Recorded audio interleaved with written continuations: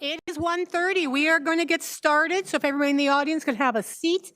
I know Councillor Bieber is back, so we have quorum from up here as well. But we will do that a little more officially than me just saying we have quorum. So I'm going to call us to order and ask for a roll call, please, Ms. Hilford. Thank you, Chair Croson. Councillor Bieber. Here. Councillor Campbell, I think he's joining us a little later. Councillor Dodick. Councillor Doria. Present. Councillor Parker. Councillor Wolf. Present. Awesome. Acting Mayor Croson, who's Present. Chair Croson, thank you. Deputy Mayor Schmidt-Rempel, she is not here today, and Mayor Higgin, not present either. Thank you. Yeah, they are at the Spring Municipal Leaders Caucus in Edmonton, so they are busy working. They're just not at this meeting today.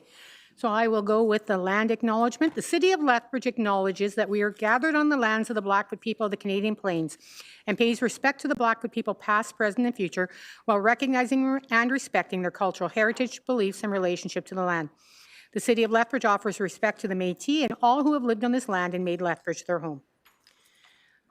Moving now to the adoption of the agenda, I have a motion from Councillor Dodick. Be it resolved that the March 26, 2026 agenda of the Community Issues Committee meeting be adopted as presented. Ms. Hilford, do we have any amendments? We have no amendments to today's agenda. Thank you. Okay, Councillor Dodick, it is your motion. Question's been called. All in favor? All right, that motion passes unanimously. Moving to our second motion on the consent agenda, I have a motion from Councillor Doria. Be it resolved that the Community Issue Committee approve the minutes of the following meetings and authorize the Chair and City Clerk to sign the same. Community Issues Committee 2026-0304, Community Issues Committee 2026-0312. Councillor Doria. If there are no concerns for this agenda, I call for question. Question's been called. All in favor? And the consent agenda passes. So we have 3 presentations for today. As this is a committee meeting, we will hear from the presenters. We will then open it up to the public if there is anyone else who wishes to speak. Anyone from the public who wishes to speak would have up to 5 minutes. After we have heard from everyone in the audience who wishes to speak on that topic, we will then go to questions from the committee and then move on to our motion. And then we will move on to the next presentation. So we start with Performing Arts Centre Advocacy Committee update. And the presenters on this are John and Stephen Ford. So please come forward. You can sit or stand as you choose. We'll just play around with the mic to make sure you have the correct mics. Oh, it's just not on yet. There you go. You're now red. You can go. Okay, you can hear me now? Great. For starters, thank you very much, distinguished members of council, for having us here today, and thank you to the community as well for showing up and talking about the Performing Arts Centre with us. So my name is Stephen Ford. I'm the Executive Director of the Allied Arts Council of Lethbridge. I come to this conversation as someone who's worn a few hats in our community. First and foremost, I'm a musician who's experienced firsthand the social and mental health benefits of participating in the arts.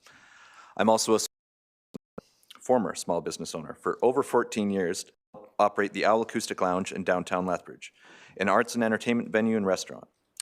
From that vantage point, I've seen how the performing arts activity in the downtown core, whether in Festival Square, Galt Gardens, or Rotary Square, more than just enrich our cultural experience. It brings people together, activates public spaces, and creates tangible economic benefits for supporting businesses. Next slide, please. In my role with the Allied Arts Council of Lethbridge, that lived experience informs our responsibility to advocate for conditions that allow the arts to be sustainable and accessible over the long term. Arts infrastructure is a critical part of that work. The AAC has been directly involved in advocacy that led to the construction of the Yates Theatre, the Southern Alberta Art Gallery, and CASA. Purpose-built facilities don't just serve artists, they serve the entire community. They support audiences, downtown vitality, and the economic ecosystems that grow around them. Investing in the performing arts is not simply a social good, it is practical, place-based economic strategy. Now, artists are remarkably adaptable. We're very good at finding a way, but that resilience, should not become an expectation, nor a justification for underinvestment. The fact that artists can make unconventional or suboptimal spaces work doesn't mean that they should have to. And we don't expect athletes to routinely convert vacant retail units into squash courts because of a shortage.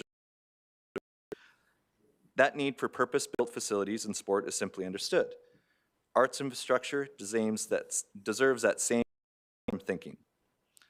Recreational facilities serve generations, and a performing arts center would be no different. It would be a civic asset that would outlast everyone in this room. And with that, I'd like to turn over the floor to the Performing Arts Center Advocacy Group to speak more directly on the opportunity before us. Thank you. Next slide, please. And next slide, please. Thank you. So my name is Dawn, for those who don't know me. I have been an arts administrator here in Lethbridge for 15 years. I'm currently an insurance broker and by day and a musician by night. I have been a musician within our community for 21 years. I'm also a member of the Performing Arts Center Advocacy Group, also known as PACAG. In the audience today are additional members of our group: Diane King, Suzanne Lint, Don Reeves, Don Robb, David Gobbert, David Barris, Ken Rogers, Amy Taylor, Beth Songer, Will Big Bull, and Stephen Ford. We also recognize members of the performing arts community, and our audiences are here today for their continued support. PACAG is a grassroots community initiative that has advocated for the construction of a new performing arts center since 2014. We're not a new group, and we're not a new idea. Next slide, please.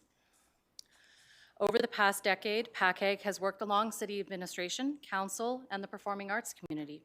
In both the 2017 and 2021 capital improvement program cycles, the Performing Arts Center remained in the city's CIP. In 2021, a site was identified. Council directed administration to include the Performing Arts Center as part of the broader Civic Common vision. PACAG has participated in meetings with the project consultants as that work has progressed, and we look forward to their final in the coming months. Next slide, please. And it's important to be clear about PACAG's role. We are an advocacy and community engagement group. Our focus is on building understanding, maintaining momentum, and ensuring this project continues to reflect community priorities. We don't design the buildings, we don't facilities, and we don't make funding decisions. What we do is advocate, engage our community, and support long-term planning on behalf of the broader performing arts sector. Next slide, please. So we're here today just to reintroduce ourselves. There's some new faces around your table. We have new faces around our table. And we're beginning a renewed phase of engagement with our stakeholders, the performing arts community, and the public. As planning around the Civic Common continues, we want Council to know who we are and why we exist, and that we're here as a constructive long-term partner. Next slide, please. We appreciate the opportunity to be here today, and we look forward to continuing respectful, informed conversations as this work moves ahead. Thank you so much for your time. Thank you, Ms. Leidy and Mr. Ford. If you want to rejoin the group, we'll see if there's anyone else in the audience who wishes to speak on this. So I am opening it up now to the public. Is there anyone who'd like to speak to the committee on this matter? Please come on up, give your name so it can go into the records, and then you have 5 minutes on the matter.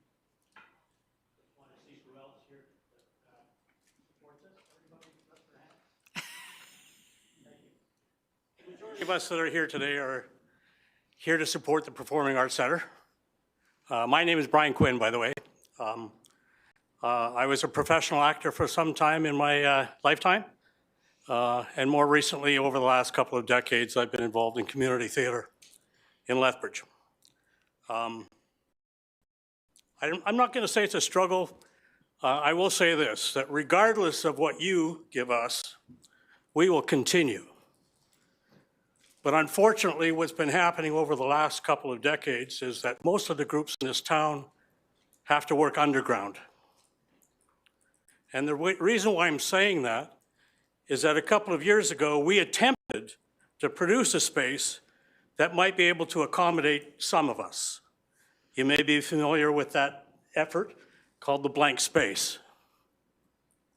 We were shut down by the city because we didn't have a sprinkler system that would cost $75,000. It killed us.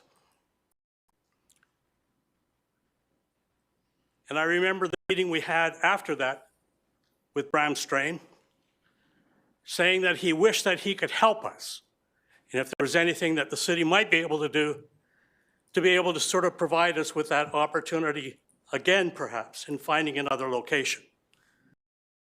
But I digress a little bit from our Performing Arts Center because I'll say this. If we had a Performing Arts Center, we wouldn't have needed blank space. Plain and simple. I'll introduce an anecdote from Mr. Strain at that time. I'm from Medicine Hat.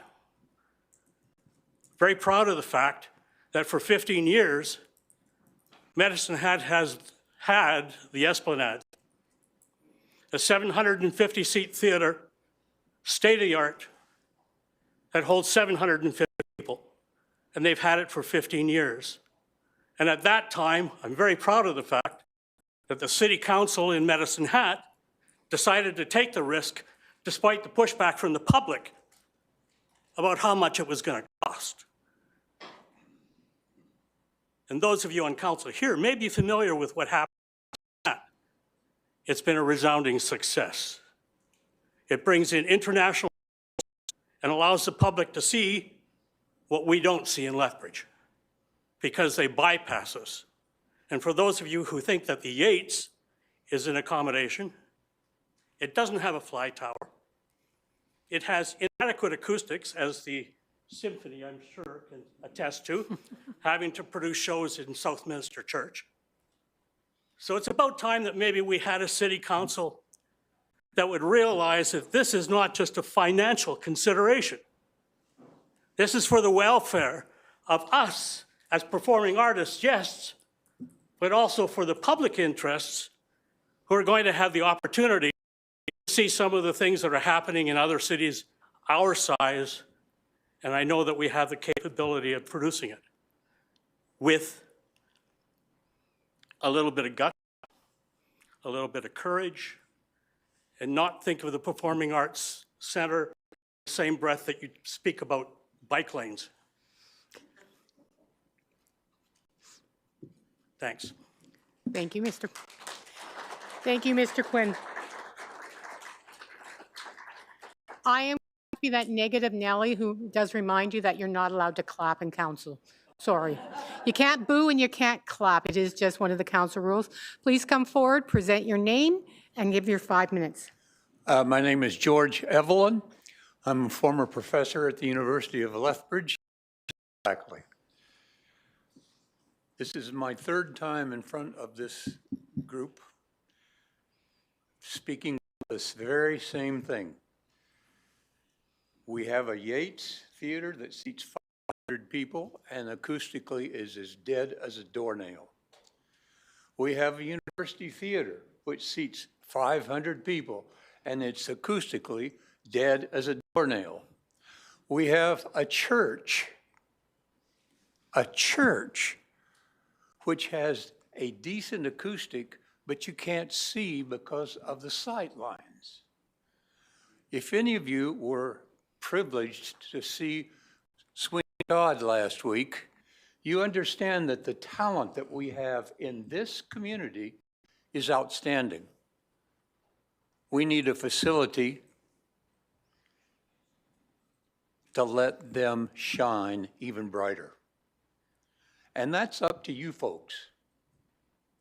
We've been in front of you numerous times. We've given you statistics about how important music, art, and drama, dance are to all young people and to students that have gone on to bigger and better things. And yet we get from city council crickets. Afraid to take a chance. I'm reminded of a movie of a baseball diamond that was built out in the middle of Kansas. I'm sure all of you know what I'm talking about. If you build it, they will come. And I say the same thing about the Performing Arts Center in this community. If we build it, People will come because they will have opportunities that they've never seen before, and they won't have to drive to Calgary. They won't have to drive to Medicine Hat. We can have what we should have for a city of this size and for a city that has this much talent and a university that is training musicians, dramatists, dancers, artists. It's time for a place for them to shine. Thank you. Thank you very much. Anyone else wish to speak? Again, yeah, I know the lack of clapping seems mean. It is the rule, though. Anyone else wish to speak on this? Please come up, state your name. 5 minutes. Hello, my name is Claire Lind, and I came here today just to be supportive and realized I actually have something that I can contribute to the conversation. I grew up here in Lethbridge, Alberta, and I'm a small business owner. I run a local studio called Haptic Dance Arts, and we've been in existence since about 2019. And I can bring the perspective or the lens of a business owner who tries to actually program at the Yates Memorial Center.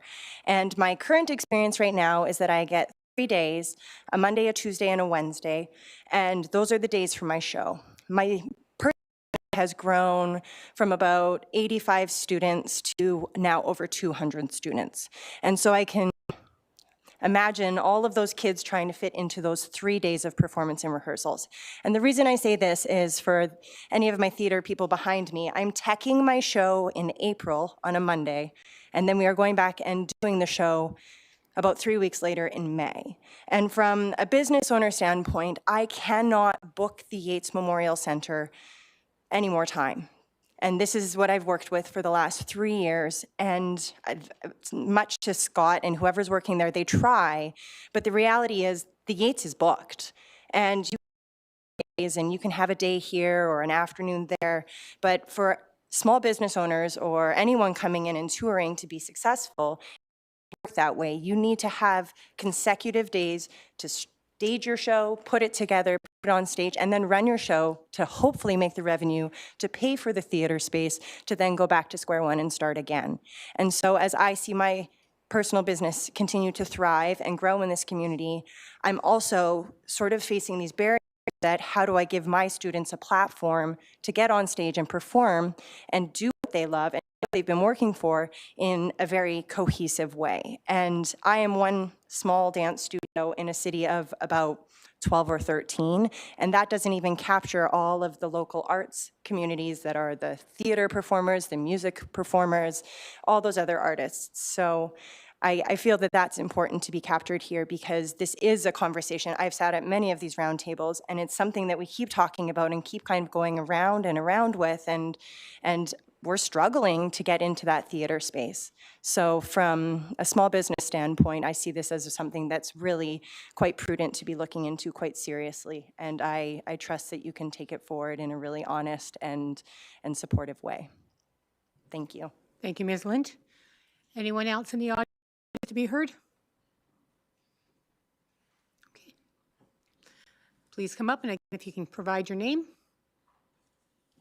Hello, my name is Sheena Lawson, and I'm here just to support as well, but there's many, many areas that I can cover, whether it's the money going more to sports fields or, you know, I'm an enumerator, so I sort of understand how a lot of that money needs to be allocated.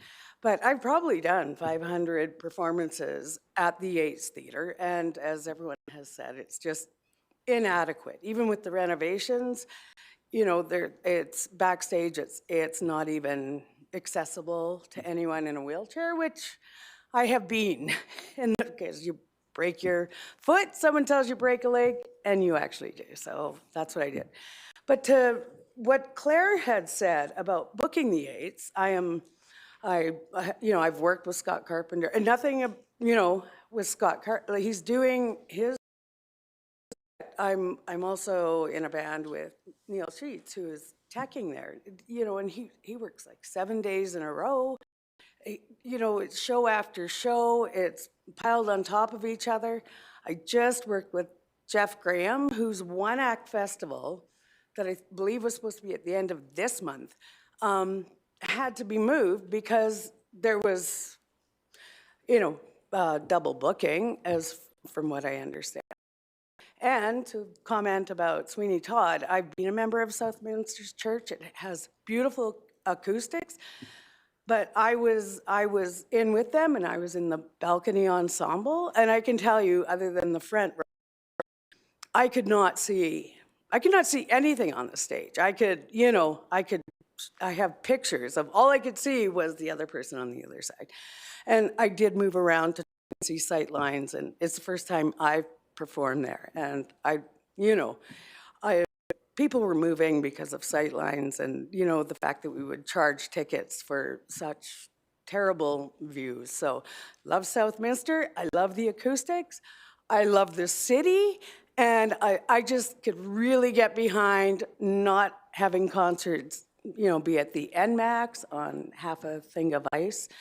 And it'd just be nice. It'd be nice to be able to have people here and use it. So thank you very much for listening. Appreciate it. Thank you, Ms. Lawson. Is there anyone else who wishes to speak? Oh, come on.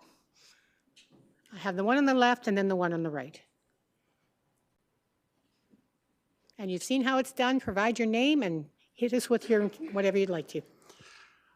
Hi there, distinguished members of council. My name is Nick Boley. I am the owner of Hat Chat Productions. I'm the treasurer of the Lethbridge Independent Film Society, and I'm a professional actor as well. I've worked in this community for quite a long time now, over a decade as a performer. I am also a musician, and one of the things that keeps coming to the table for the entire cultural performing arts industry here in Lethbridge is retention.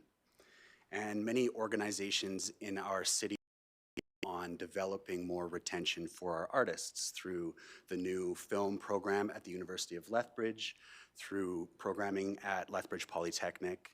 There is an urgent need for development in these skill sets because there is an economy knocking at the door, waiting to provide money and opportunity to performers and technicians in this region. And a performing arts center is a vital step, not only in providing opportunities to people here and drawing more opportunity to our city, but also in developing a more robust cultural engine in our city that creates more money for everybody, for hotels, for businesses, for museums, for various different organizations and initiatives in our region. And I think it is very important to consider these. I think it's very, I think I'm clear. I think it's very important to consider these performing arts opportunities because they give the city hope in a time where hope is desperately needed. They communicate important messages that are left on the table otherwise. And the spaces that we currently have available to us right now, as mentioned, are insufficient. We are stifled in our city right now because we don't have the outlet to be able to cultivate and engage our artists in the city. And we have an amazing opportunity to generate incredible wealth for artists and businesses in this city if we took the time to investigate the opportunity a little more closely. Thank you. Thank you. All right, please come on up.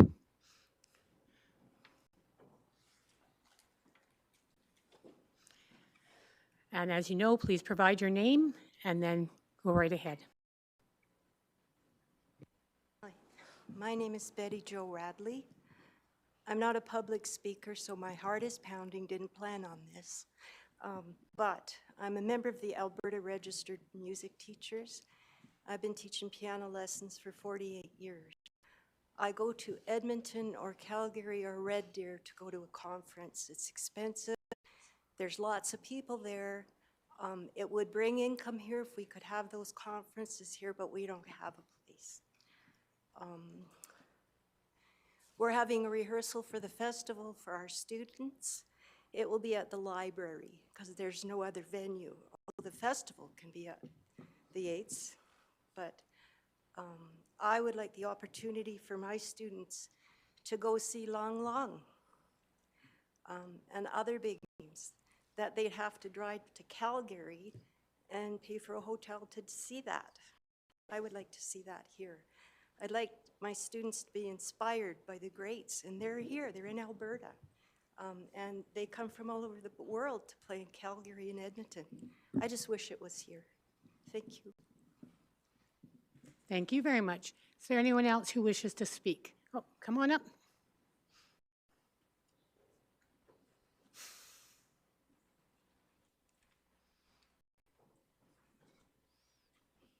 Okay, everyone. Niswanach ko kinyoch komi ni tomotoch ba Piikani Nation.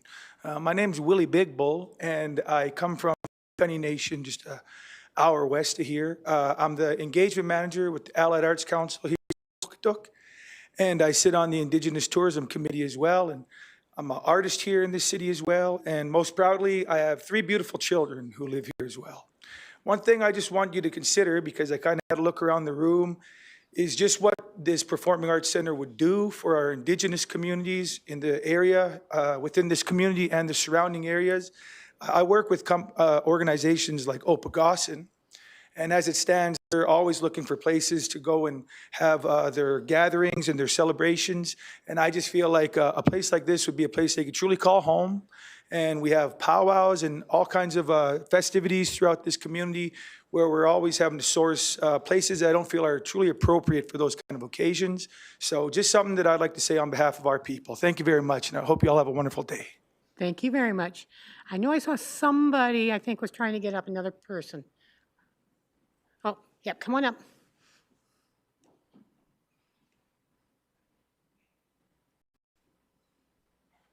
Yes, my name's Elizabeth Nevels, and I'm here representing Southern Accord Chorus, which is a chorus who's been in the Lethbridge area for the last almost 30 years now.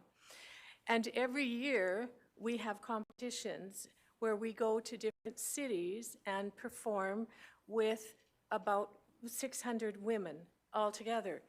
And on multiple occasions, we've looked in Lethbridge for an appropriate space, and there isn't one that would accommodate the singers and their support, their families that would travel with them.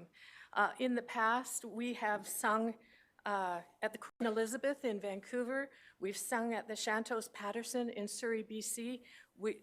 Just next month, we're going to be singing at the Windspear in Edmonton.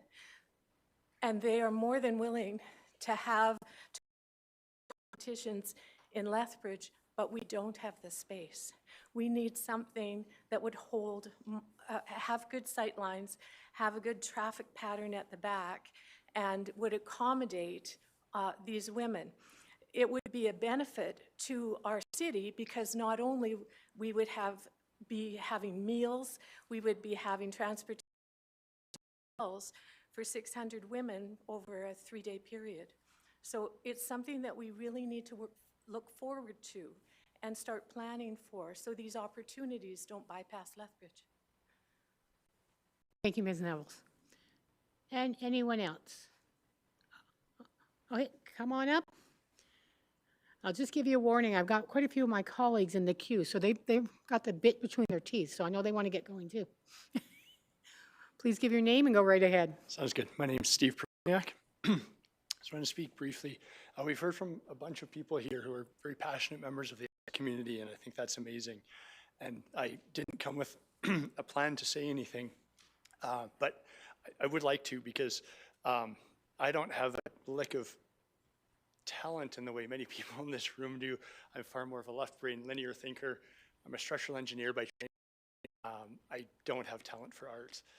But I just wanted to stand here and say that I still am very much a supporter of this. I was born and raised in Lethbridge. I'm proud to be here.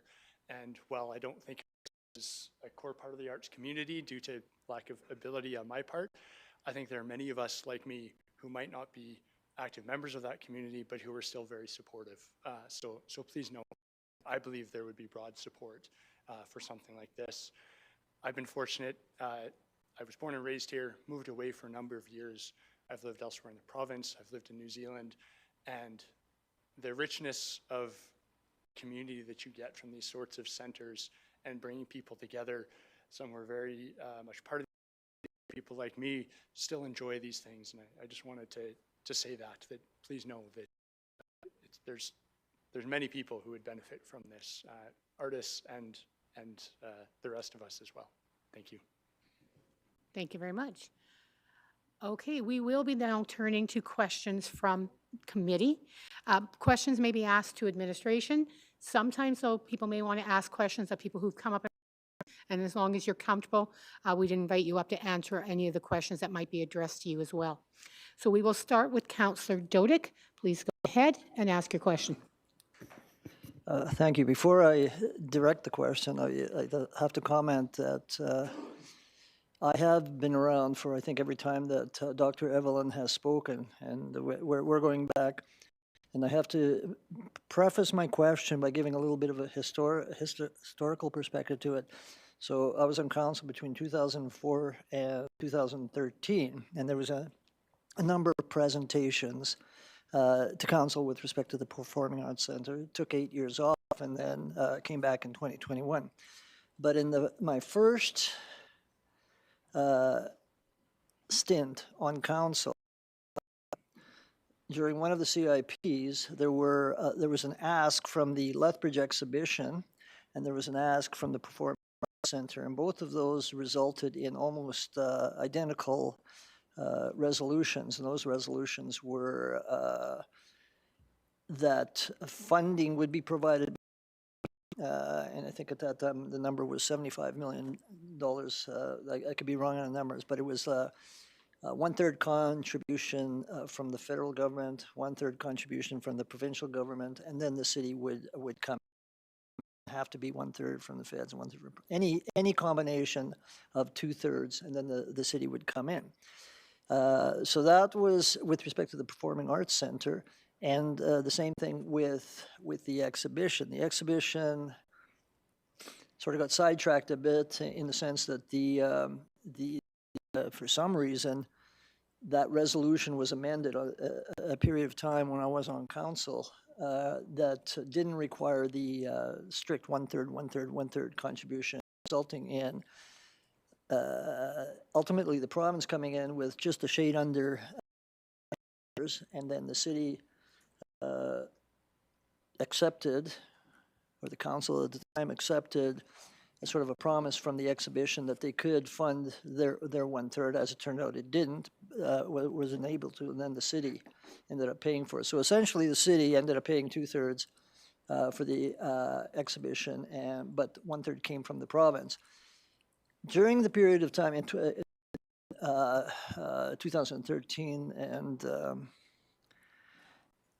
Dan Lint can confirm, because she was around for the opening of CASA. And the reason I mention CASA is that that had significant contribution from the federal government and from the provincial government. And actually, in that case, it was a very limited contribution from the city, although the operation is, can be the killer in a lot of these things. Well, not the killer in the sense, but very expensive. So having prefaced that, or my question with that, the reason I did all that was to ask, and I don't know who can answer this question, is have there been attempts to get dollars from the federal government, the provincial government, or any combination thereof to sort of address that resolution, which is actually still out there? And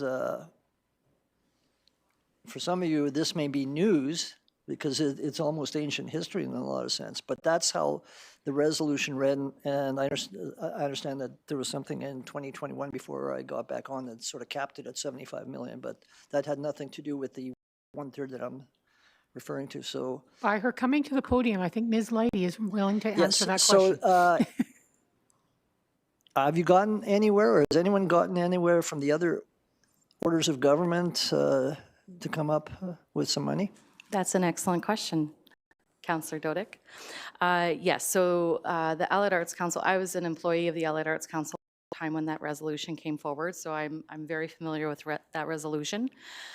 We struck a fundraising committee to explore the opportunities at that time, and we reached out to a number of community leaders. Actually, many of our original founding members of PACAG are still here with us today. We, in our meetings with community stakeholders, there were a few items that were identified. Number one, confusion around CASA, and that was supposed to be a performing arts center and it wasn't. So we had that to be able to address, and we did come forward with a public relations campaign. But the other was that the community wasn't quite ready to put forward dollars to a project that was not confirmed by the city and was not quite yet shovel ready. When we spoke with our provincial and federal elected officials at that time as well too, their hesitation to make anything formalized was because, again, the commitment was not formalized from the city. So our understanding at that time and has continued is that in order for us to be able to access funding at the federal and the provincial level to actually be getting those grants is that we need to be and we actually need that firm commitment from the city. I would be very pleased to be incorrect in that understanding. If there is opportunity to be accessing those funds prior to the city's commitment, please help us. We are happy to have those conversations with those folks. But at this time, our understanding and belief is that the city needs to say yes, that this is a priority, and get us a little bit further to shovel ready, identifying exactly what it is that we're building, which I believe Civic Commons and having the site selection is part of that as well. I wasn't around when the exhibition was approved. I'm not sure, but my understanding was that the province came in with first and then requested a city commitment. I'm seeing nods from the table. So I guess maybe more of a suggestion is that you guys have a chat with the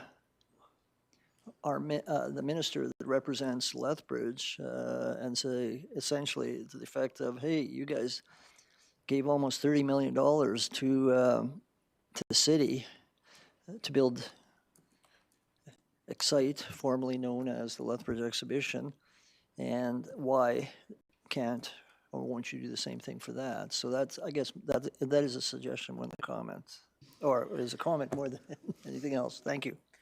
Just to add some, context, though, the province came forward with the $30 million in the middle of the pandemic deliberately as a way of reboosting the community during the middle of COVID. So I don't recommend we have another pandemic in order to get that $30 million. So we have to keep that context in mind as well. Okay, Councillor Bieber, please go ahead. I want to thank the presenters today. I mean, there's a lot of passion in this room. Dawn, Stephen, George. I mean, you guys have been fighting for this for a very long time. You've wanted this. You've made some very convincing arguments why we need to put this despite the opposition, despite the costs.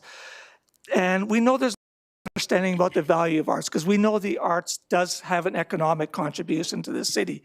So I want to ask you, Dawn, and you, George, as well. The city of Lethbridge poured in a lot of money into the Yates. Did that have any value? Could that money have been better spent elsewhere? I mean, I'd like to hear your honest thoughts about it, because you, George, and Dawn, you guys have both been in this for so long. So just some honest thoughts about that, please. Councilman Bieber, as a musician and a conductor of a very fine ensemble at the university for many years, I can speak to the acoustic failure of the Yates. It is very serviceable if you've got a microphone shoved down your throat. But as an acoustic environment, it is impossible. And the renovation, I think there was about $6 million spent on that renovation, somewhere in that neighborhood. Instead of trying to fix the acoustic aspect of it, they put a lighting rack of lights around, which further block the sound from recycling. They put nice seats. We've got nice seats in the Yates, and the walls look lovely, and the furniture is nice. but it doesn't sound worth a, you can add whatever adjective you wish.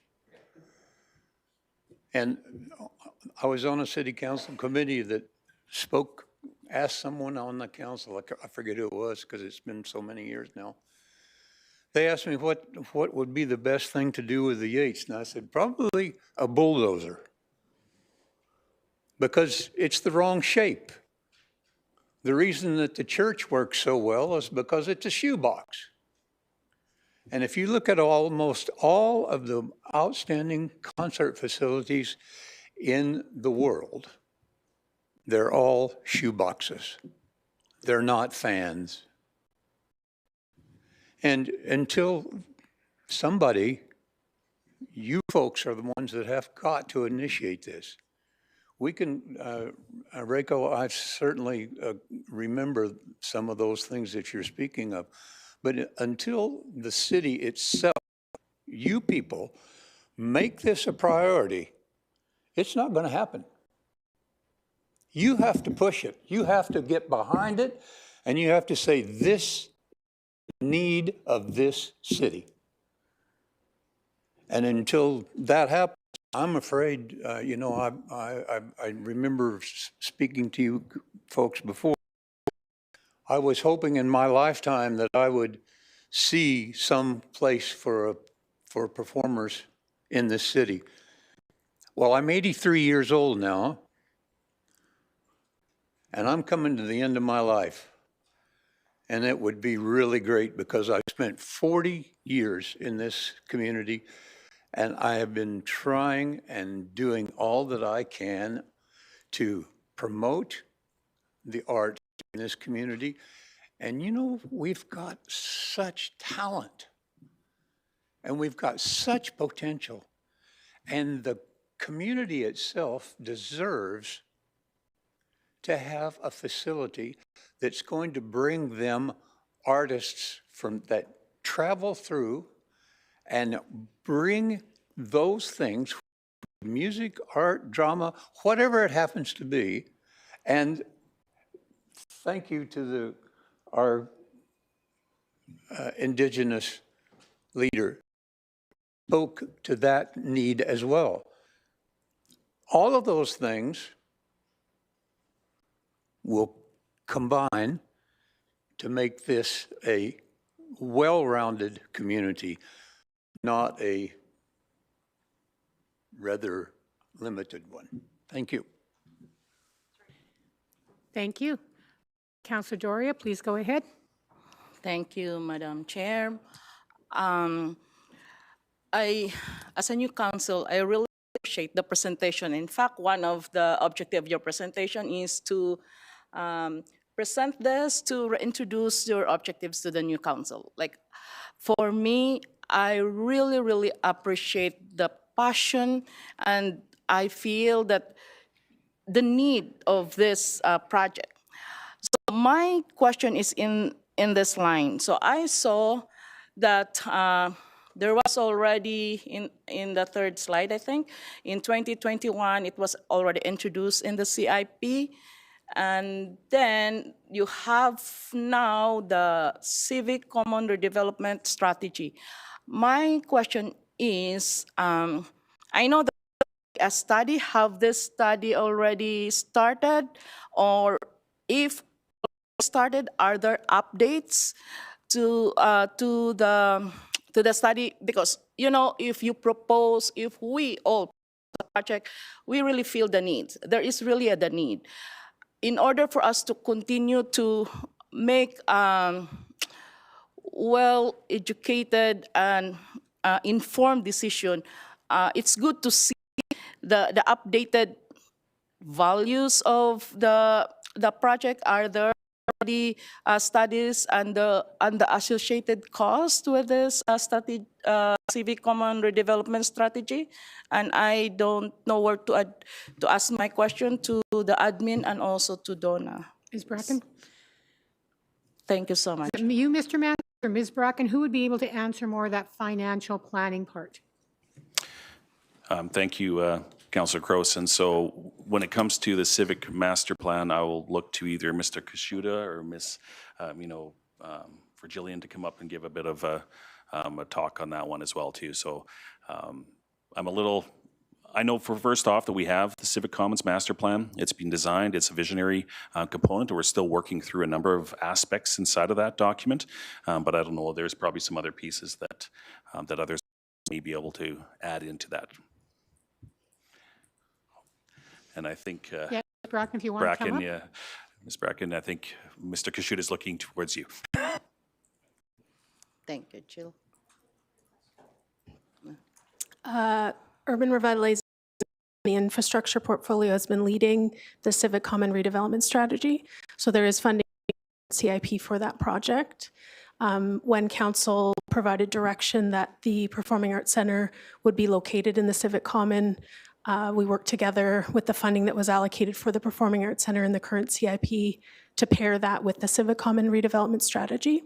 So we're currently at the last stage of developing, which is contemplating how the Performing Arts Center will fit into it and what needs to happen for a Performing Arts Center to successfully be integrated into the site. So that work is underway right now. The Urban Revitalization Group, which is under Jeff, is working with Stantec Consulting, and I've been a part of that project team to liaise with the Performing Arts Center Advocacy Group and making sure that the community who champions project is being heard and engaged in that project. So I'd have to defer to either Mr. Matthews or Mr. Kashuda around when that strategy would be done and what communication would be provided to council, but I can speak to that from a project standpoint. Thank you, Jill. Just one follow-up question. So until the time that we can see the new development or the strategy with those financial components, maybe it's really good also to consider.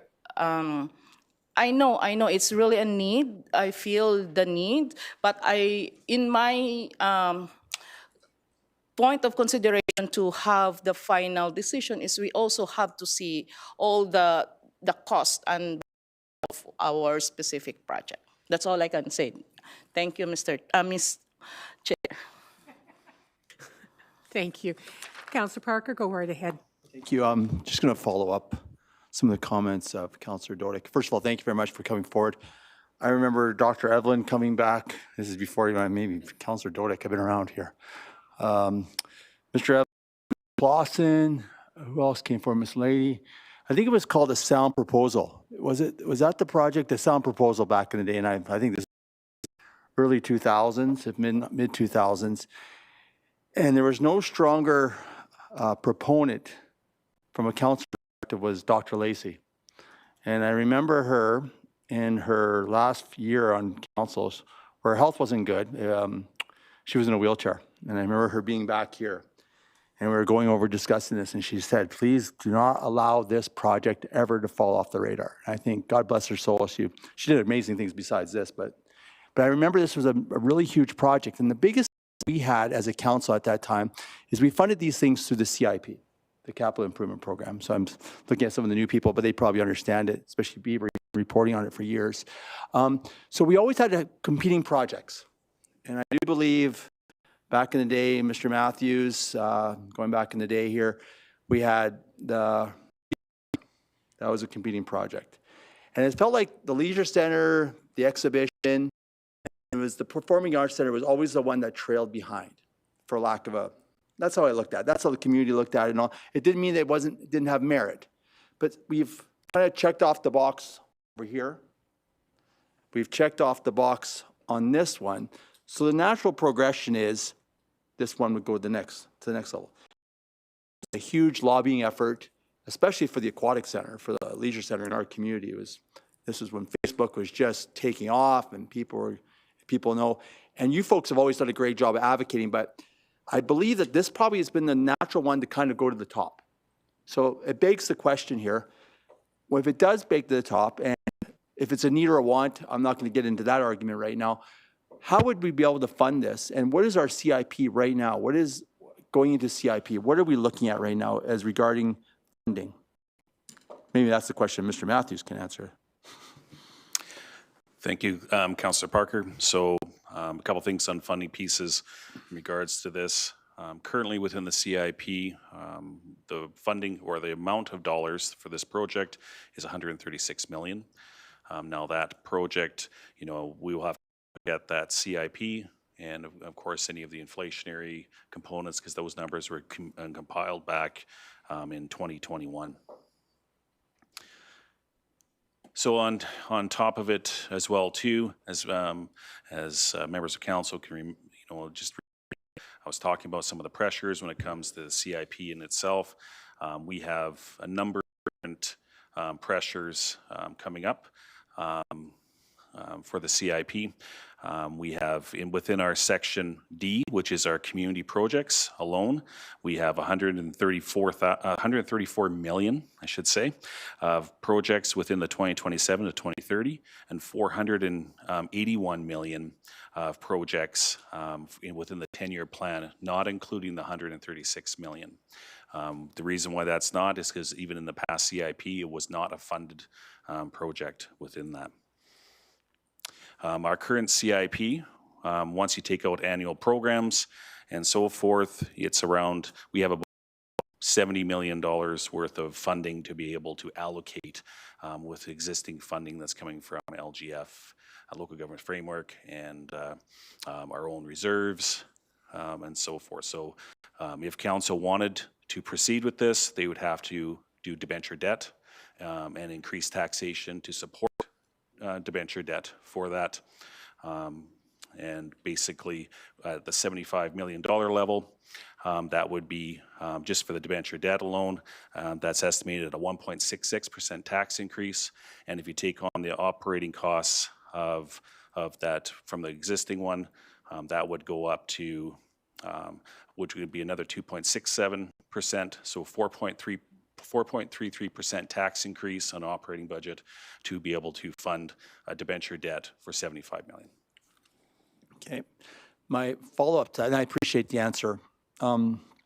Quite often, like we're talking about CASA, I think CASA was paid for almost like 96 or if not 98% outside of municipal funds, and which was a cost. There's an ongoing cost. I would have to, I think we'd all agree that CASA has been a huge success in our community, but I think a lot of people, even my mom thinks CASA is a performing arts center, and I still have to tell her that, like, this is going back. Mom, it's not that.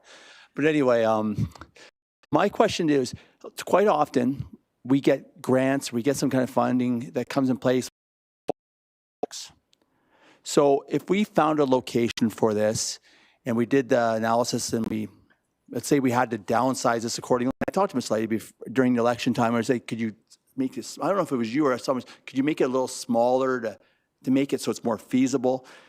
If we got a shovel ready and we had the design plans and everything like that, does that help our case in regards to, maybe you can't answer that, but from the provincial and federal level? Because when they usually have the flavor of the year, like this is something that's really, really important to them right now in their mandate. Strategic on our part to get that to that point? And if so, what would it cost to have it shovel ready? Thank you, Councillor Parker. That's a difficult question to answer at this time. I think what, the better question, not better question.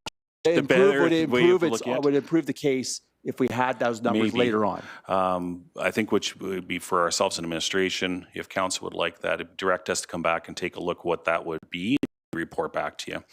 It's kind of hard. Okay. I'm not comfortable in answering that today, and from my point of view. So I should rephrase. It's not so much the cost, but does it usually help the case when you have things that are shovel ready in the past? Of course. Yes, it does. Okay, that's more of the question. Thank you. Thank you, Madam Chair. Thank you, Councillor Parker. Ms. Lady, just remind us, you're not asking for us to put shovels in the ground right now. You are asking, today's just for information, and you're asking for us to make sure that it is in the Civic Commons strategy, and when that Civic Commons strategy comes back, then we'll have a further conversation about the Performing Arts Center. You're not asking for money today. You are just saying, do not forget this project. You have a CIP coming up. Make sure this project is in the CIP through the Civic Commons strategy, and just don't let us die.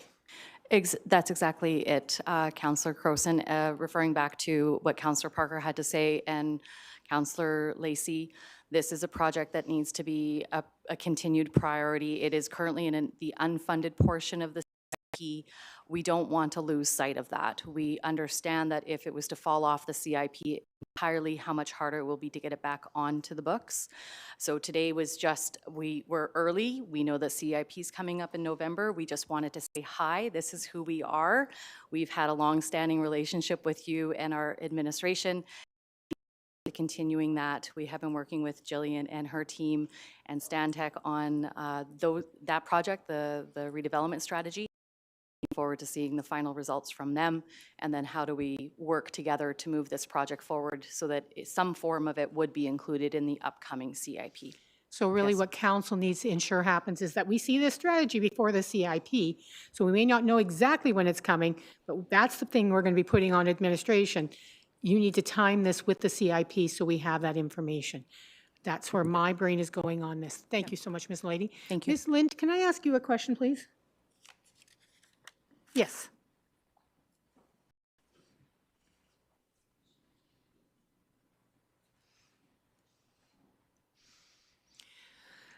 This entire council has been doing a lot of orientation and professional development. We did economic community development or community economic development. And one of the responsibilities of a municipality is having the fundamental infrastructure in place for businesses.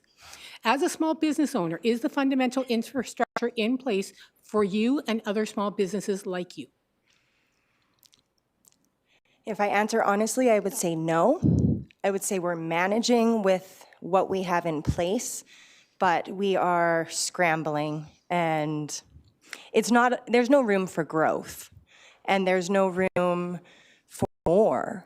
And when you look at the size of the city and how the city continues the ability of living in Lethbridge, I have a family, I have boys, they are going to school here. I grew up here, I came back here to plant roots. I love Lethbridge, I want to be in Lethbridge, but it feels very stifled. From my personal business standpoint, no. For the last 3 years, I've tried to get more time at the theater, and I cannot get it. So I managed to do 2 shows in one night. We turn over the theater really quickly, but with my current studio and the trajectory that my personal business is on, I don't know what I'm going to do next year in a calendar year. And I'm already talking to Scott about 2027. And if I don't get my foot in the door now, then I don't have a space. There isn't a platform. And so while I understand that the acoustics are very, very high, sort of to respond to you, Mr. Bieber, Councillor Bieber, I think the renovations at the Yates Memorial Centre were successful. Speaking from a dance standpoint, is there a fly? Is backstage completely remediated? No. Is it a better functioning building? Is it more inviting? Is there more accessibility with those elevators? It was a successful renovation project, but it doesn't fit the growth of what this city has experienced over my lifetime. In the last 40 years, we've gone from, I believe, 60,000 communities to over 100,000 people, and we are still working with the existing theater spaces with this understanding that they should just do. And so, like I said, I am one of, I believe, 10, 11, 12 dance studios that run here in the city. There's dance competitions that come through all the time that bump space. Performance space gets priority, to my knowledge, over rehearsal space. So if you're not paying the performance fees, if you're not running a performance, they're going to give it to a performer. And so I hope that captures and answers your question. I'm stifled and I'm limited in what I can do. I realize that. We're basically asking the football team, the hockey team, and the baseball team to use the same stadium. Like, I mean, that's what we're doing. So it may work for one group, it's not going to work for everybody. You may not know this, but what would be your estimate? How many businesses are involved in the arts industry that are affected by appropriate infrastructure? And if not, perhaps Mr. Ford can answer this. So how many businesses are we risking by not having appropriate infrastructure? Does anybody know how many businesses are in this field? Specifically for the dance studios, from my my knowledge is are about 12, and those are the specific commercial-based studios. There are dance groups and dance troupes outside that exist. I also used to run the Lethbridge Society of Independent Dance Artists, LCIDA. We ran for about 10 years as a nonprofit organization. We programmed at the Yates, we programmed at CASA, so we were an organization no longer in existence, but that tried to infiltrate these spaces, and for the most part unsuccessfully, because there was no space for us to access. It just wasn't available between all the other spaces that are, and these are community spaces, let alone the touring groups that are coming through. So I can't speak to the other. But as a business, you pay taxes, it's, okay. And as a residential business owner, I pay taxes as well. And so I understand, like, if you want more, you're going to have to pay more. That is, I mean, we don't need to go there, needs to but, be there. you know, as a business owner, I do. And so it is it's very difficult when I cannot program my business matter. I cannot see the full potential because I am limited to what I have available to me. Okay. And so that's where I really struggle, and that's why I'm here today. Thank you very much. And I can't remember the name of our music teacher, but if you could come up? Yes. Sorry, I thought I had written down everybody's names, but you are also a small business owner as a music teacher. And is this impacting your business? I have a business license, have a studio, but, 48 years of teaching, there's no place for them to go and concerts, like, top-notch one. I mean, there's lots here in the city. We're rich in that.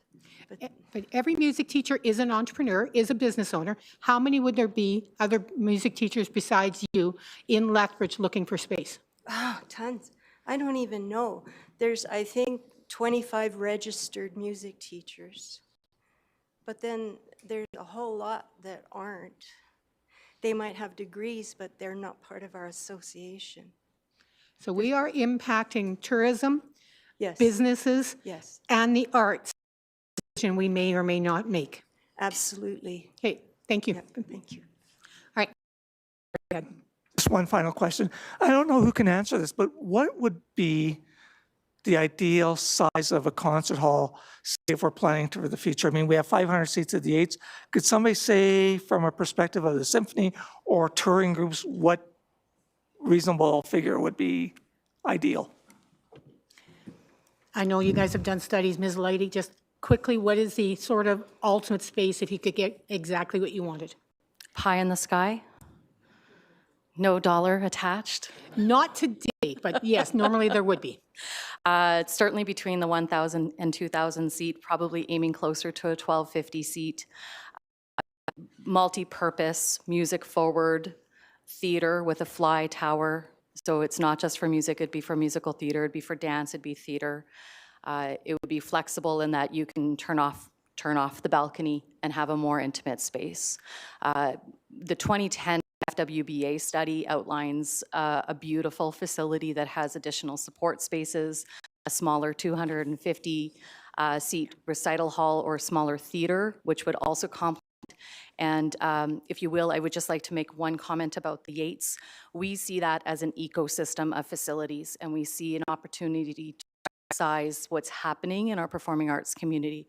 So organizations that are putting on pressure on the Yates, and you've heard today about how groups can't get in, if we can take those organizations or those businesses that are blocking out 3 or 4 weeks at a time, can we move them into a larger facility and then open up the Yates for some of our smaller groups for that smaller 400 seat. So the Yates renovation was valuable. The timing was not ideal. It left our community without a theater for a year plus. But the Yates and a performing arts center at that 1,250 seat range would be a very comparable ecosystem of venues, plus all of the additional support spaces that are identified in the 2010 FWBA study and the 2020 AMS study. Is that good? Thank you. Thank you, Ms. Leidy. Sorry, I was listening, but we are just having a conversation. Our motion right now is simply to accept for information. With my colleague's support, what I am suggesting To accept for information, also refer to administration so that it gets linked to that strategy of Civic Commons. And so to make sure that gets done as quickly as possible so that we for a CIP. So not just administration or just for information, but referring it back so that we make sure the work we need to do gets done around that strategy and how Performing Arts Center fits into that strategy. So this is what I am suggesting as the motion, unless I get a lot of glares from my colleagues. Okay, and that motion would be yours, Councillor Bieber, so that's what I am suggesting. And Ms. Hilford is just making sure we see that changed.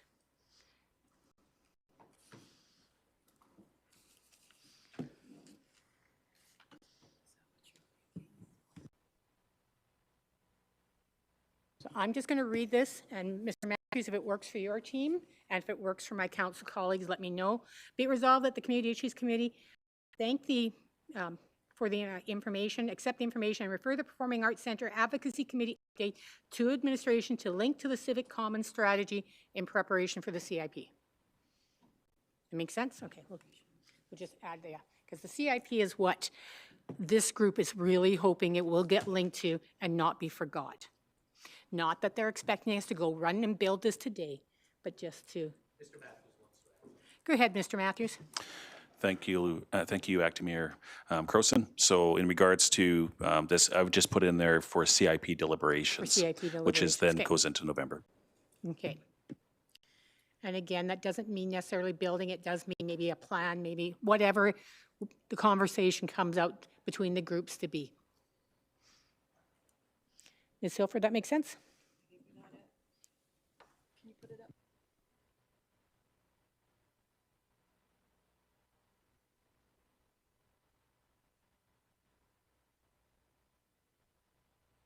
So Councillor Bieber, that is your motion if you'd like to speak to it.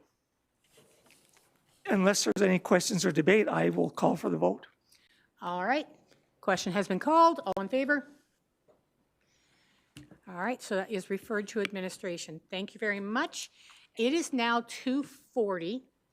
Would my colleagues like a 5-minute break before we go on to number 2? All right, we'll take a quick break.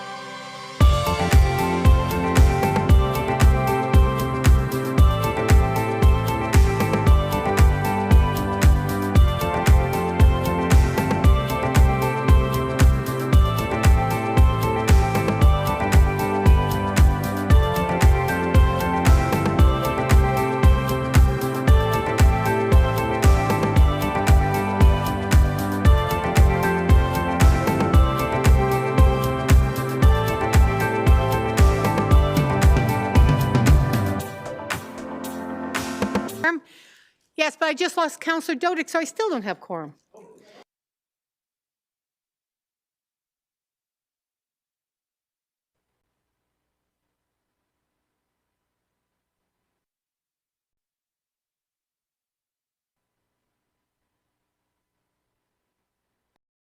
All right. We're moving now to presentation 5.2, safety and criminal concerns of businesses and customers along 2A Avenue North. Same thing will apply. We will hear from the presenter, hear from any members of the community who wish to speak, have questions from committee, and move from there. And speaking on this is Dan Koenig. Please welcome. Thank you for your patience sitting through the performing arts one. They did fill the room, but welcome, and please go right ahead.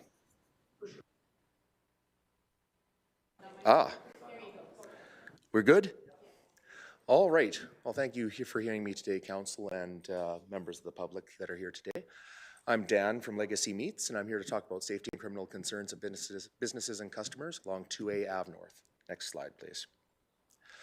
My premise was there's the perception of an increase in despair and criminal activity on and around 2A Ave North in recent months following the expansion of the homeless shelter. This includes various actions like open drug use, etc. And following this, many business owners have perceived a lack of or insufficient response to social and criminal disorder when it is reported, and that has been potentially increasing the rate and severity of bad acts over those last several months. With lower consequences and lower chances of being caught, deterrence has not been as effective as it might otherwise be. There's also been reporting fatigue among businesses that I have talked to as well too, and many have given up reporting crimes to those as businesses have become frustrated by a lack of or insufficient response.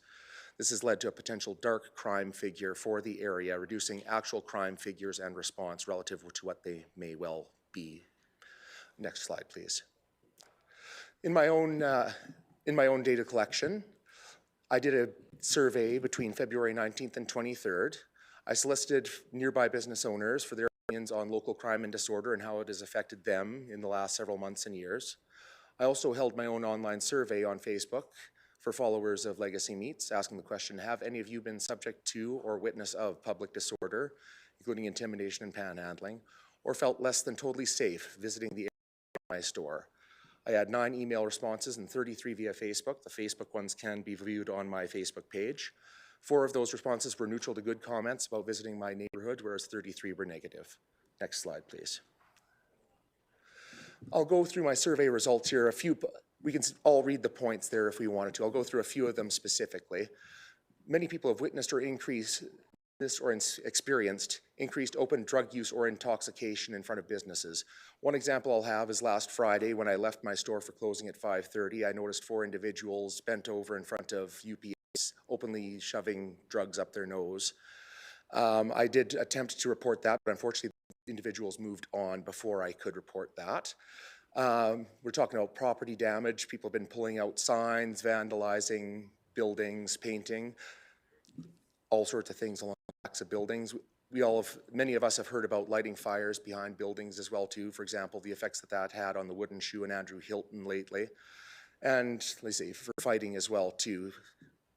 There has been public disturbances on a regular basis where I can hear people yelling and screaming at each other within range of my business. This has had some negative business impacts. It reduces customer visits to the area and that it's not a welcoming environment or feeling safe for people to actually visit my business. I have had some customers say that they will not visit without their spouses present because their spouses do not feel that there's a guarantee of safety when they do visit. There's been increased safety costs between cameras, signage, and also dedicated personnel at some of the larger box stores, especially with extra security that may have been necessary otherwise. That and feeling of staff and customer endangerment. For example, there was a knife assault on one of my customers that was reported on my Facebook survey. Fortunately, that person effectively warded off that person. There's also a fear of entering or being at work, which is causing a psychological cost to persons who are working in the area as well too. Because you never know when, for example, someone will camp out right in the alcove in the front of your business. For example, for my mortgage broker, the former Centum Mortgage, they have an alcove, and there have been days where they cannot get out of their own store because someone's camped there. They ask they ask that person to leave and they refuse. So there's always that, what's going to happen next kind of feeling for business owners and customers. Unfortunately, with the underreporting, for some people, it's become a more normalized thing as well too. And there's also been some police and legal cynicism when there's been an ignoring or not enforcing laws. For example, I had one person report to me through email that they witnessed a fight in front of their business. The police drove past it, slowed down, and then continued on. So it's demoralizing for sure. Next slide, please. Now, a couple of recommendations I can have here. I know that there's insufficient data to potentially weed out how much dark crime and how much is actually what's actually being reported. So if we collect a little bit more data from members of the public and business owners, we can have better decision making in the area as to what actually would be necessary for proper enforcement and deterrence. Also, I would wish for a more concentrated effort by police to be more visible and noticed, and when necessary, act a little bit more zealously, potentially, to mitigate crimes that are going on there, and with a higher certainty of being caught as a possible deterrent and reducing the potential for bad actions. I'd also ask that we'd look potentially into assistance for highly impacted businesses to deal with the higher costs associated with these crimes and antisocial behaviors.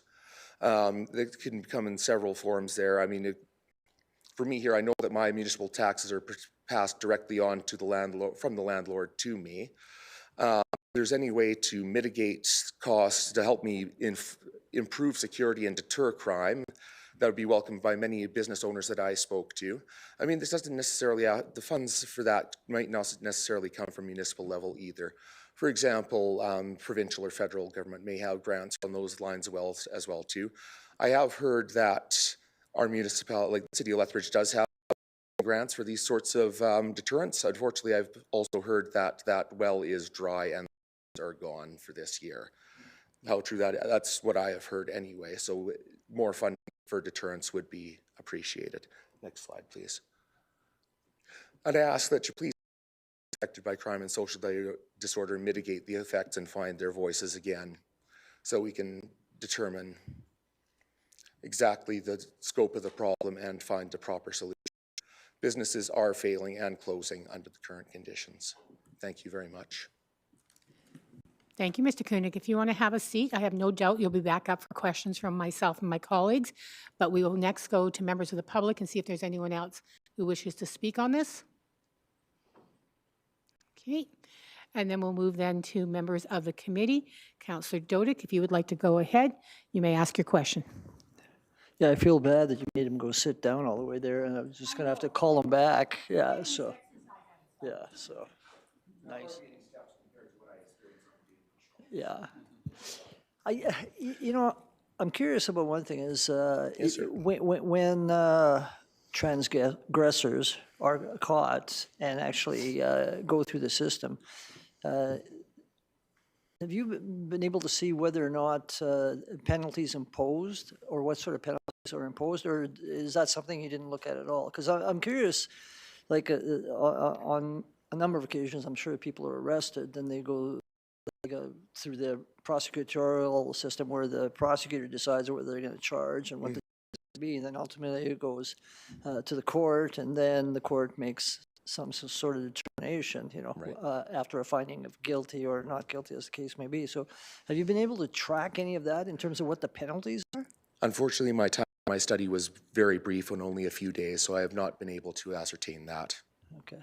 Well, luckily, we're a member of the LPS here. So are you asking Mr. Darrow or Sergeant Darrow to come up and speak? If I can ask a question. I think that might be why he's in the room. He didn't just spend his afternoon to listen to the performing arts, I'm sure. Yeah.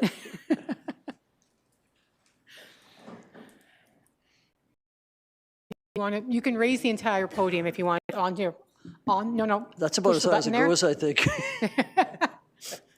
I never the podium. I'm not sure why. Go ahead, Councillor Dodick. You can ask your question. Yeah.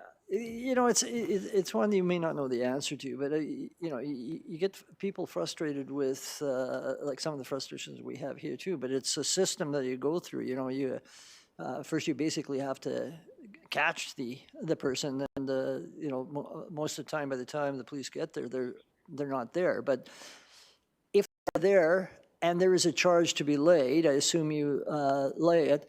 What happens? Are you able to statistically evaluate like how many of those charges the prosecutor then actually prosecutes, and then once they prosecute, how many of those charges are actually dealt with in terms of a guilty finding or a guilty plea, and then sort of sentence? So, I guess what I'm trying to see is like the system is so you got to go through many layers to finally get some sort of penalty. And in your experience, is it a revolving door that you get the penalty, it's ignored, and just back on the streets? You know, if that's a question you can't answer, that's fine. But it's just sort of I know there's a frustration with the community in terms of what appears to be a revolving door with what may be a small number of individuals who are causing the majority of the problem sort of situation. To be fair, I'll do my best to answer that question just based on my experience as a downtown policing sergeant with our population that causes a lot of issues within our downtown core. I count 1240, 2A Avenue North, the area where he's speaking about around the shelter apartments are. We've kind of increased our downtown policing unit, or at least I have in my realm, to that area because, let's be honest, our downtown core is in a pretty good position right now. And that is due to some pressure and enforcement, which has led to displacement, which has led to the conversation what we're having here today. So we've kind of pivoted my team to do some extra work up there. Specifically to your question, when a person is charged, what happens? We probably see close to 80 to 90% of those charges going through. With our current prosecutor system, we go through something called pre-charge approval. A lot of the time, charges are simply dropped by the Crown Prosecutor because of their judgment considerations. Is it a first offense? Is there a chance of them being convicted? That kind of thing. Where I really get a penalty or a jail sentence for one of my 240 or 220 at-risk population problem people that cause us 98% of our problems in this area are breaches. So someone goes to, say, Center Village Mall, they steal something, we arrest them, charge them, they get a condition not to come back to that area. The next 2nd, 8th, 12th day, they come back in that area, we find them there, we arrest them, we charge them, we breach them. Those breaches is where we get the majority of our consequences of that person's actions.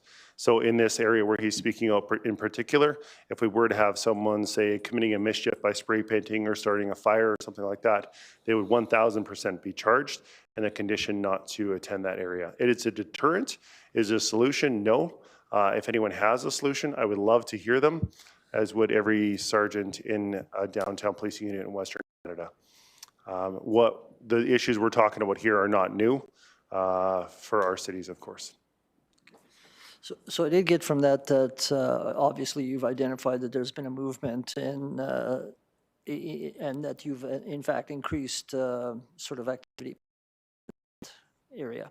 Okay. I'm literally honestly waiting for the complaints about how come we're not downtown anymore. Oh, okay. Thank you. And to the presenter, are you going to be sharing this with our local MLAs?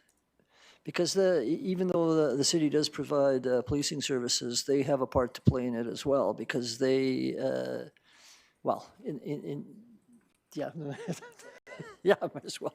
Well, yeah, well, provincially, courts are appointed, provincially, Court of Justice is a provincial matter. So if you haven't shared it with them, I would suggest that you do, because I think the more you give this information out to the more political figures, the more action it might engender.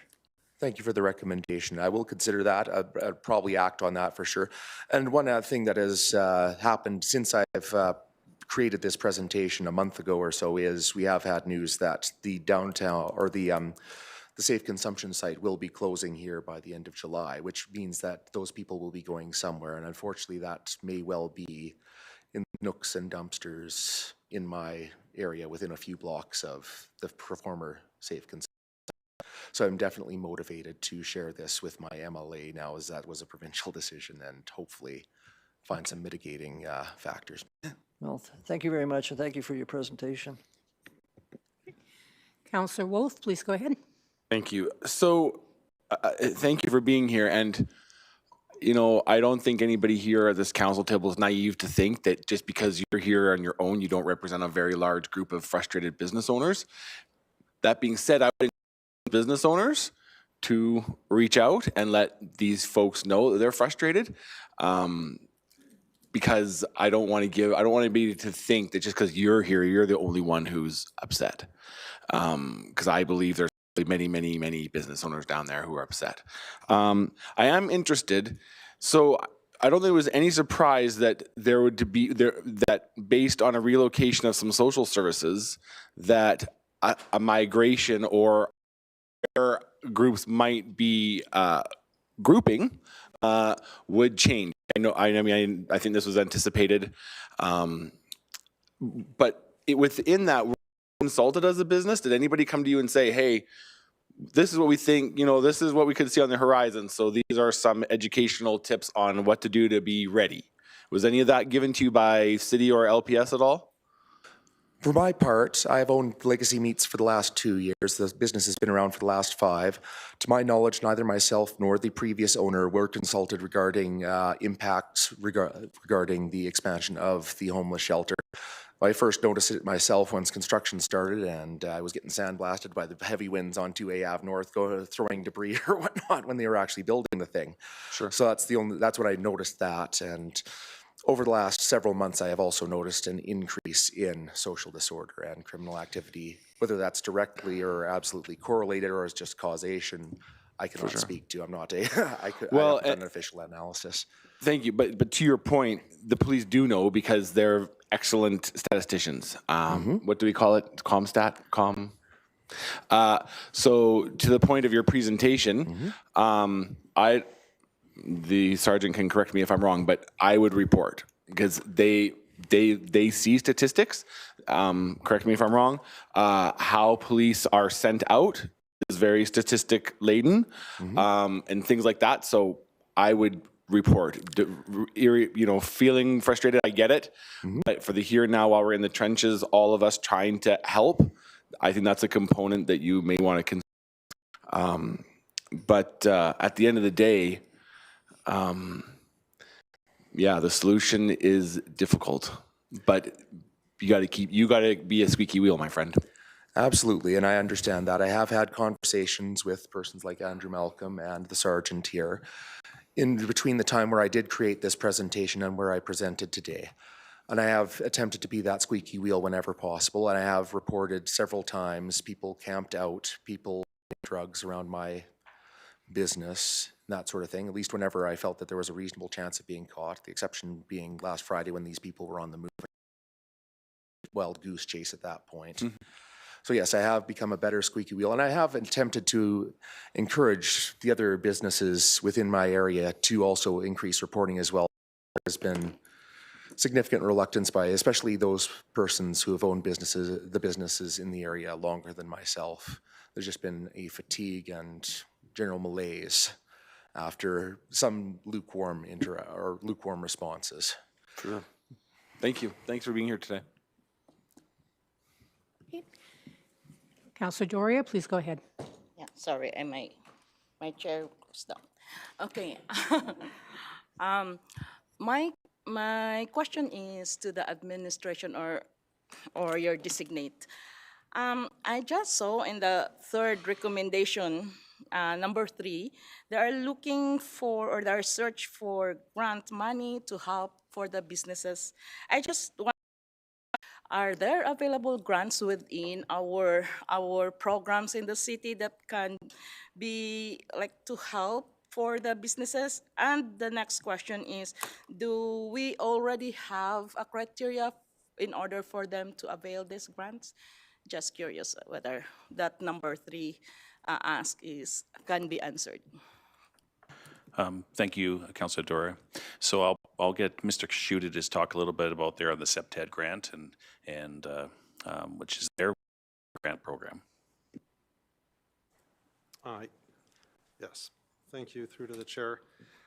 We do have a CEPTED grant program available. It was through this current operating budget cycle.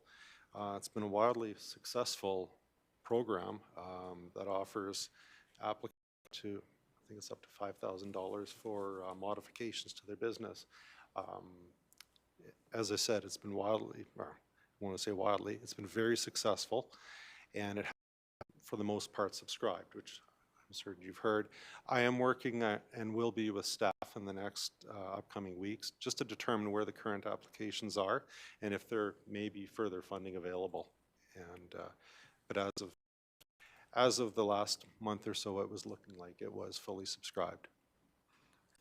I just want to let you know then if the structure, the availability of this grant is ready soon, you can also let the businesses affected there that it can be of help, but for sure it's not the solution of the problem that is now felt by the business community there.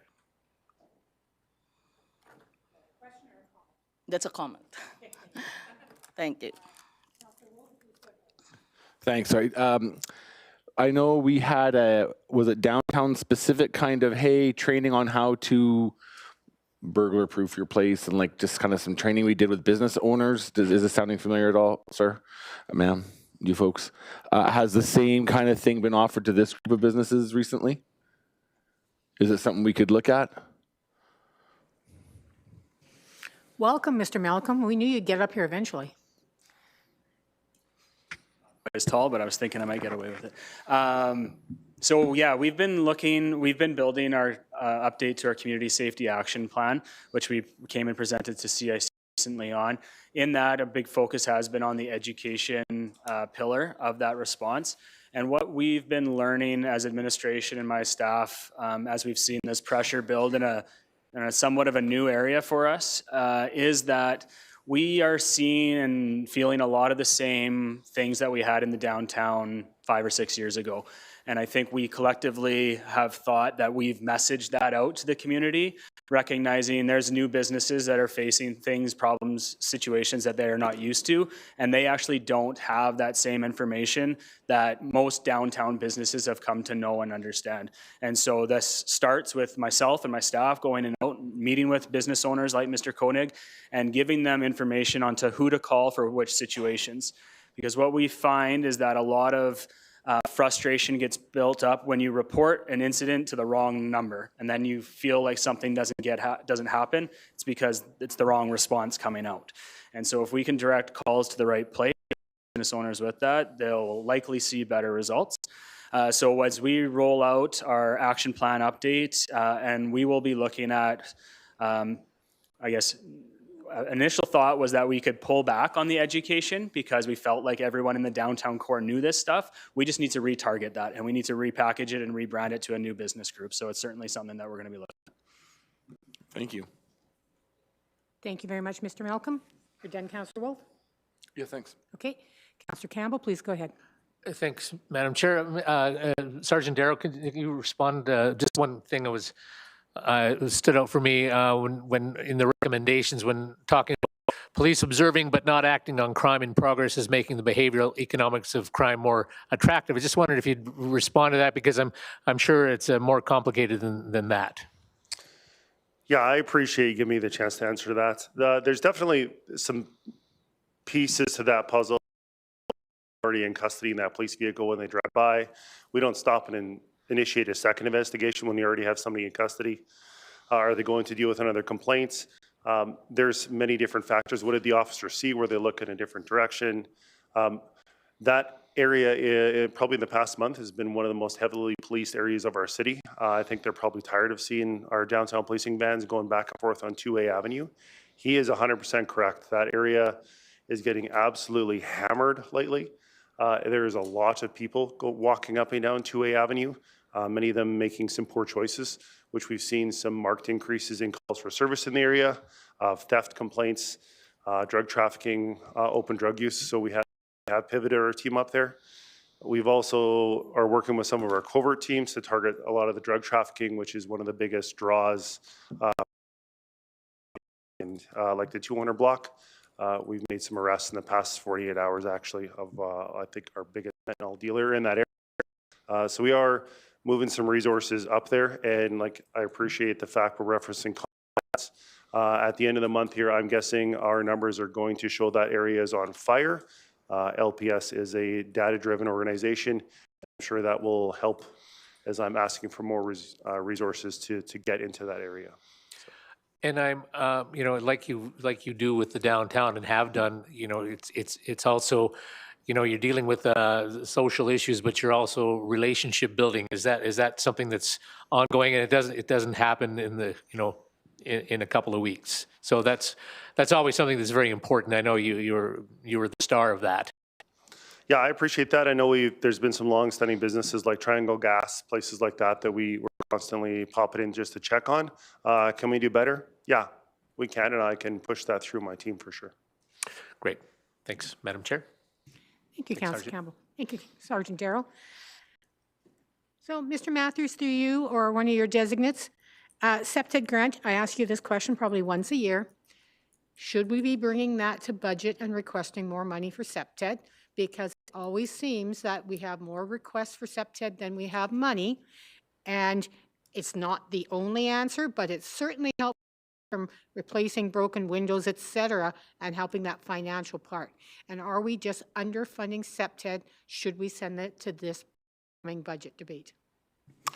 Thank you, Acting Mayor Crowson. I will get Mr. to come up and speak to that.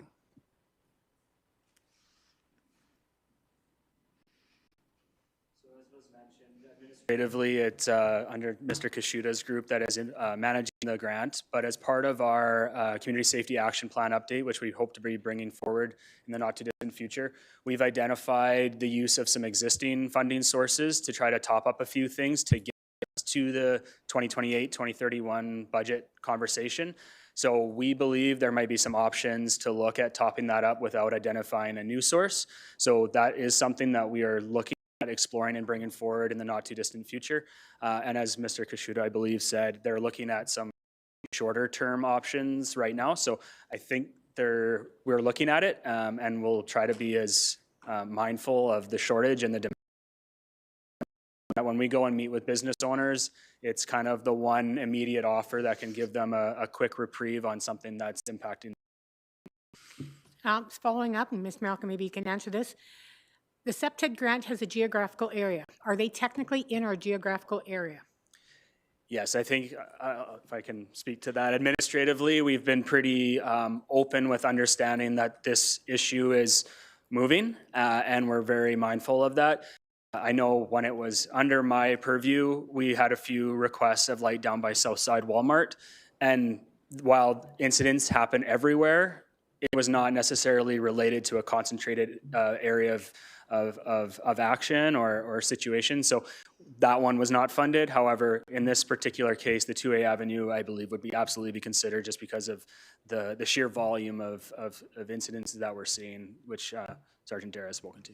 No, that's exactly what I was hoping you were going to say, because even though it doesn't fit under the policy, it seems appropriate use of the money. So if at some point we need to just update that policy, that might be worthwhile having us talk about it. Mr. Koenig, we are working on the motion, because the motion right now is simply to thank you, so we're working on it. One of the things I'm going to be recommending, and I want to explain why, is that I'm going to recommend that we forward this to the Lethbridge Police Commission. One of the requests that you have is that we tell the police what to do. We cannot legally do that under the Police Act. That's fair. The Police Commission governs the police service, and even they can't actually tell them. They can tell the chief that this is a, and the chief decides. So, but if we refer it on, they will get this exact presentation. It's like the recommendation was made that you might want to pass this on to the MLAs. You can also choose to do a public presentation to the Police Commission. Okay. More things you talk about, the more likely will be heard, and you will get more action as more people know. The other thing is, because downtown has sort of had the BRZ and everything, they got the heart of our city plan, et cetera. I know one of the things, and I know administration may be looking at this, but I've been talking to business owners on 13th Warehouse, et cetera, that we need a new heart of our city plan. Would be able to look at long help things. We're looking at short-term action here, but long-term. I know you do not speak for all the business owners there, but if this is something that was going to be promoted and suggested, would it be something your group that might be interested in being part of that kind of conversation? I would enjoy being a greater BRZ. I felt kind of a little bit left out of the downtown plan for sure. I mean, it seems like downtown has gotten a fair amount of attention relative to my area. For example, I've seen the plans for 5th Street. I've plans for the civic redevelopment, and it's kind of difficult for me to understand when we're doing these projects downtown here, and basic safety has been felt as being less than optimal in my area. That, yeah, I would appreciate being more included and maybe having a more overarching, inclusive and maybe BRZ-based approach to my region. We can't extend the BRZ to you because that's a business one, but the heart of our city plan is one of ours. And again, it may or may not move forward, but we have the urban core, which we control. So that, I'm just trying to get a feeler here about, but you think that would be something that might potentially help you long-term? Yeah, absolutely. Here, being more organized and having a more unified voice, kind of like, for example, CFIB for certain businesses and other general overarching organizations, just collecting the voices rather than just having the odd squeaky wheel here and there. Generally helpful, yes. And you've heard from Sergeant Darrow, you've heard from Mr. Malcolm, some of the actions they're going to start taking into your area. Are you comfortable working with them moving ahead in the next little while? Absolutely. They have been very good at reaching out to me since I have asked since I have constructed this presentation a month ago.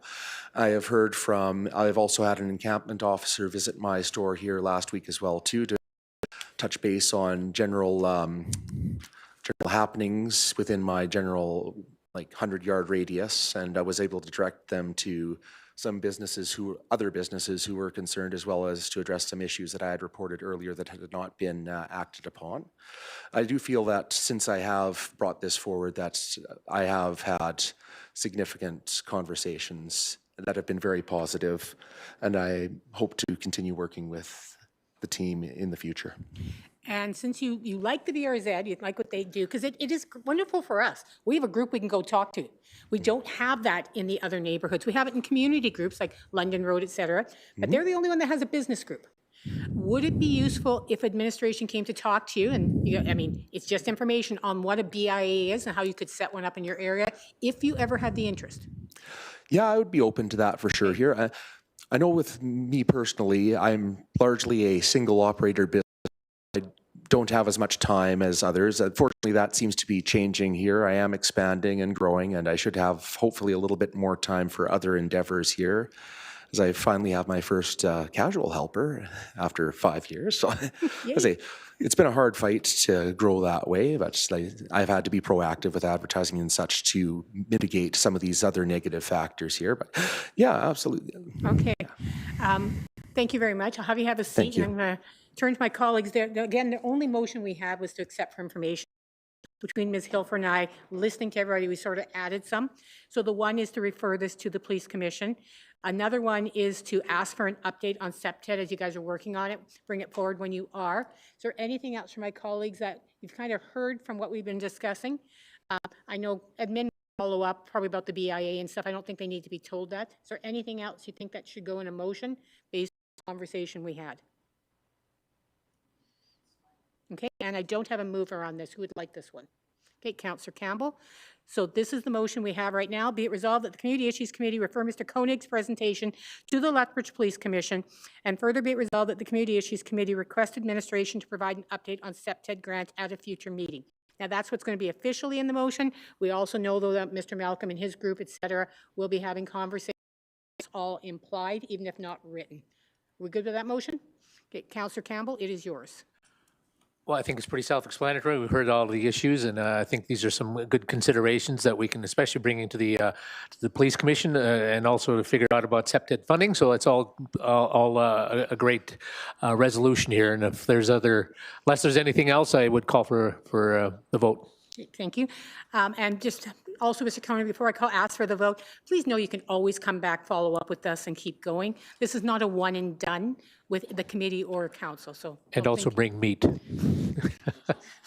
Just, that's all. Just, not. Having said that, that might be thought of as bribery, so please don't. It was just a suggestion.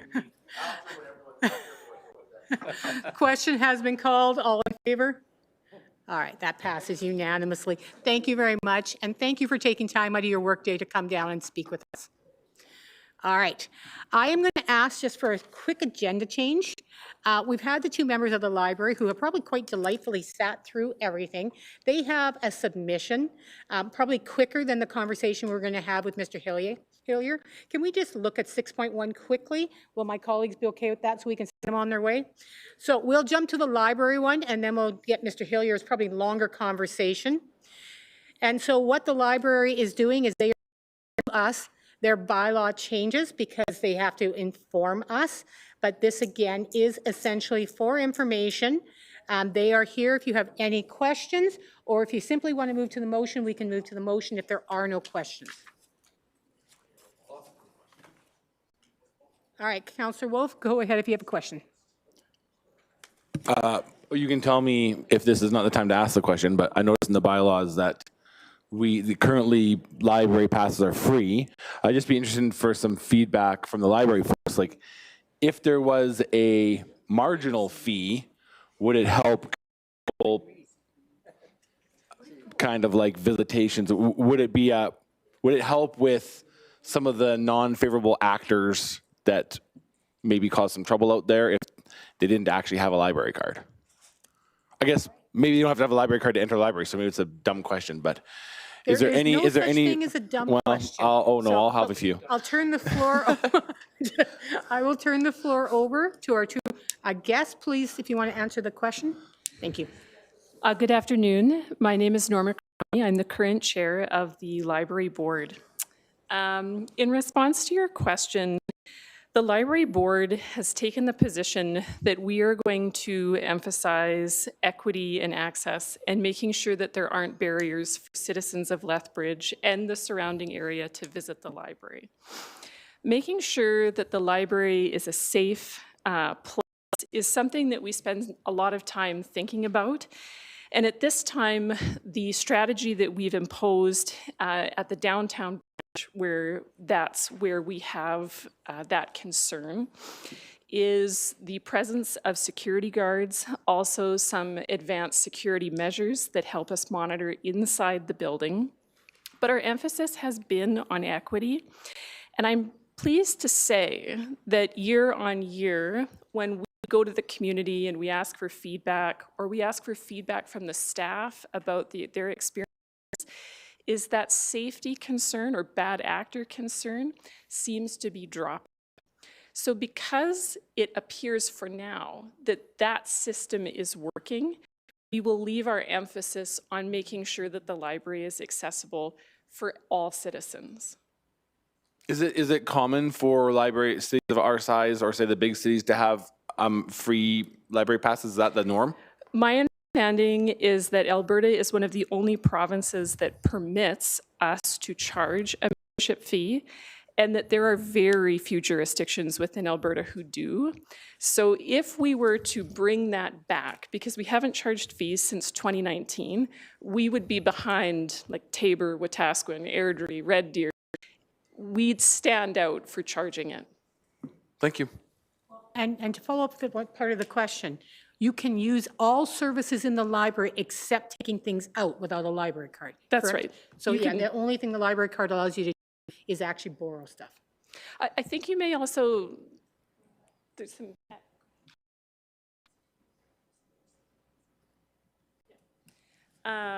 Tara also wishes to speak to a legislative piece, but most services, you can go to programming, you can be in the library without having a membership. And I'll let Tara our CEO speak.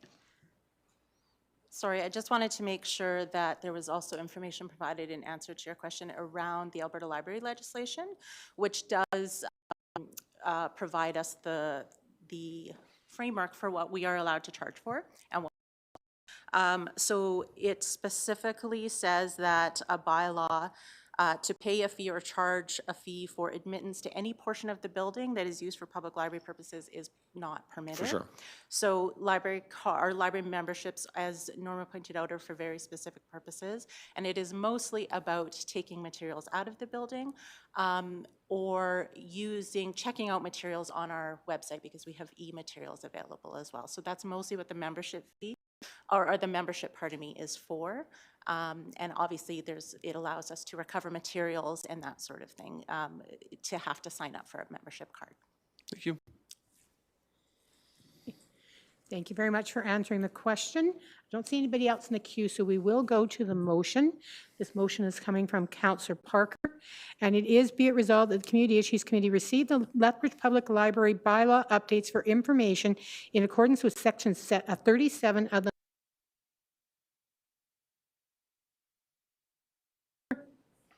and that passes unanimously. I know you guys have enjoyed hearing everything, but I thought I'd get you done so you can get back to your regularly scheduled lives. All right, which moves us back on the agenda now to Mr. Hillier and service level policy, which I've been waiting for. So I'm sorry. Mr. Hillier, the floor is yours.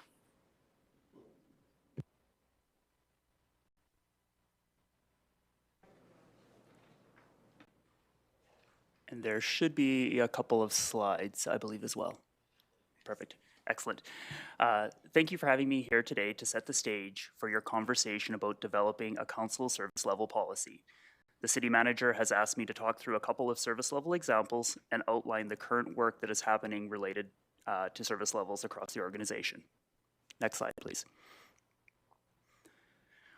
Over the next couple of slides, I will use two examples, multi-channel customer service and snow removal and ice control, to illustrate what service and how City Council can impact them from a governance level. As highlighted on this slide, a service is a defined set of municipal activities aligned with council priorities that deliver a specific outcome or value to the community. In this definition, it is important to note that a municipal service often contains a set of municipal activities. For multi-channel customer activities include telephone calls, live chat, face-to-face, and online self-service channels. And for snow removal and ice control, these activities include snow plowing, snow removal, and road sanding and salting. In both of these examples, these sets of activities deliver an overall service to the community that is of value and benefit.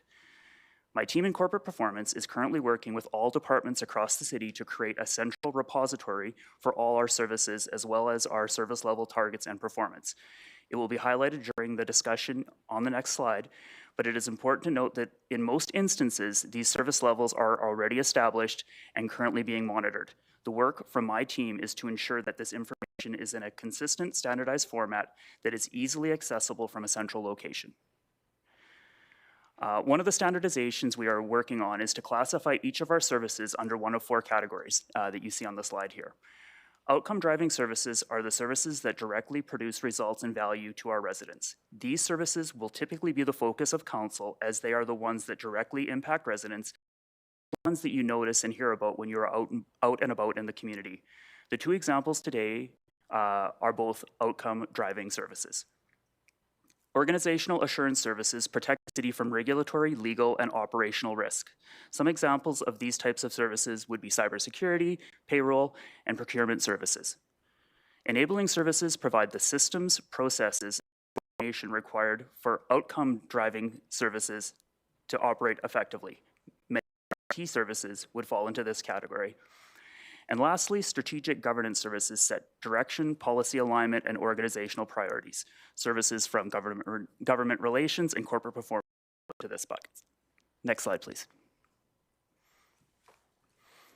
Moving on to the services outlined on the previous slide, this slide highlights the service levels for multi-channel customer service and snow removal and ice control. Service levels should both define and measure how well a service is delivered to the community. They are the 1 to 3 measures that explain how we provide a service, essentially the elevator pitch about what it is we do. For multi-channel customer service, the 2 measures are first interaction response rate and abandonment rate. First interaction response rate is the length of time someone must wait before they have their initial interaction with a customer service specialist. If we think of telephone, this is how long they are initially on hold for until they get to speak with someone. The target for this is 80% of the time having that initial interaction within 30 seconds. The performance related to this target has a direct effect on overall customer satisfaction with the service. What I mean by this is that the longer someone is on hold, the less satisfied they are with the service, and the higher likelihood that they decide to interact with the city through another channel, like contacting city council with their problem. This ties to our second measure, abandonment rate. Abandonment rate is the percentage of people that hang up because they are tired of waiting. The target for this is to have less than a 2% abandonment rate. When we put these 2 measures together, it tells the story about how multi-channel customer service is delivered today. Our level of service is to answer 80% of interactions within 30 seconds while having less than 2% of people disengage while waiting. This ensures that the overall customer satisfaction is positive and people do not choose to find alternate channels to engage with the city for requests for service and general information.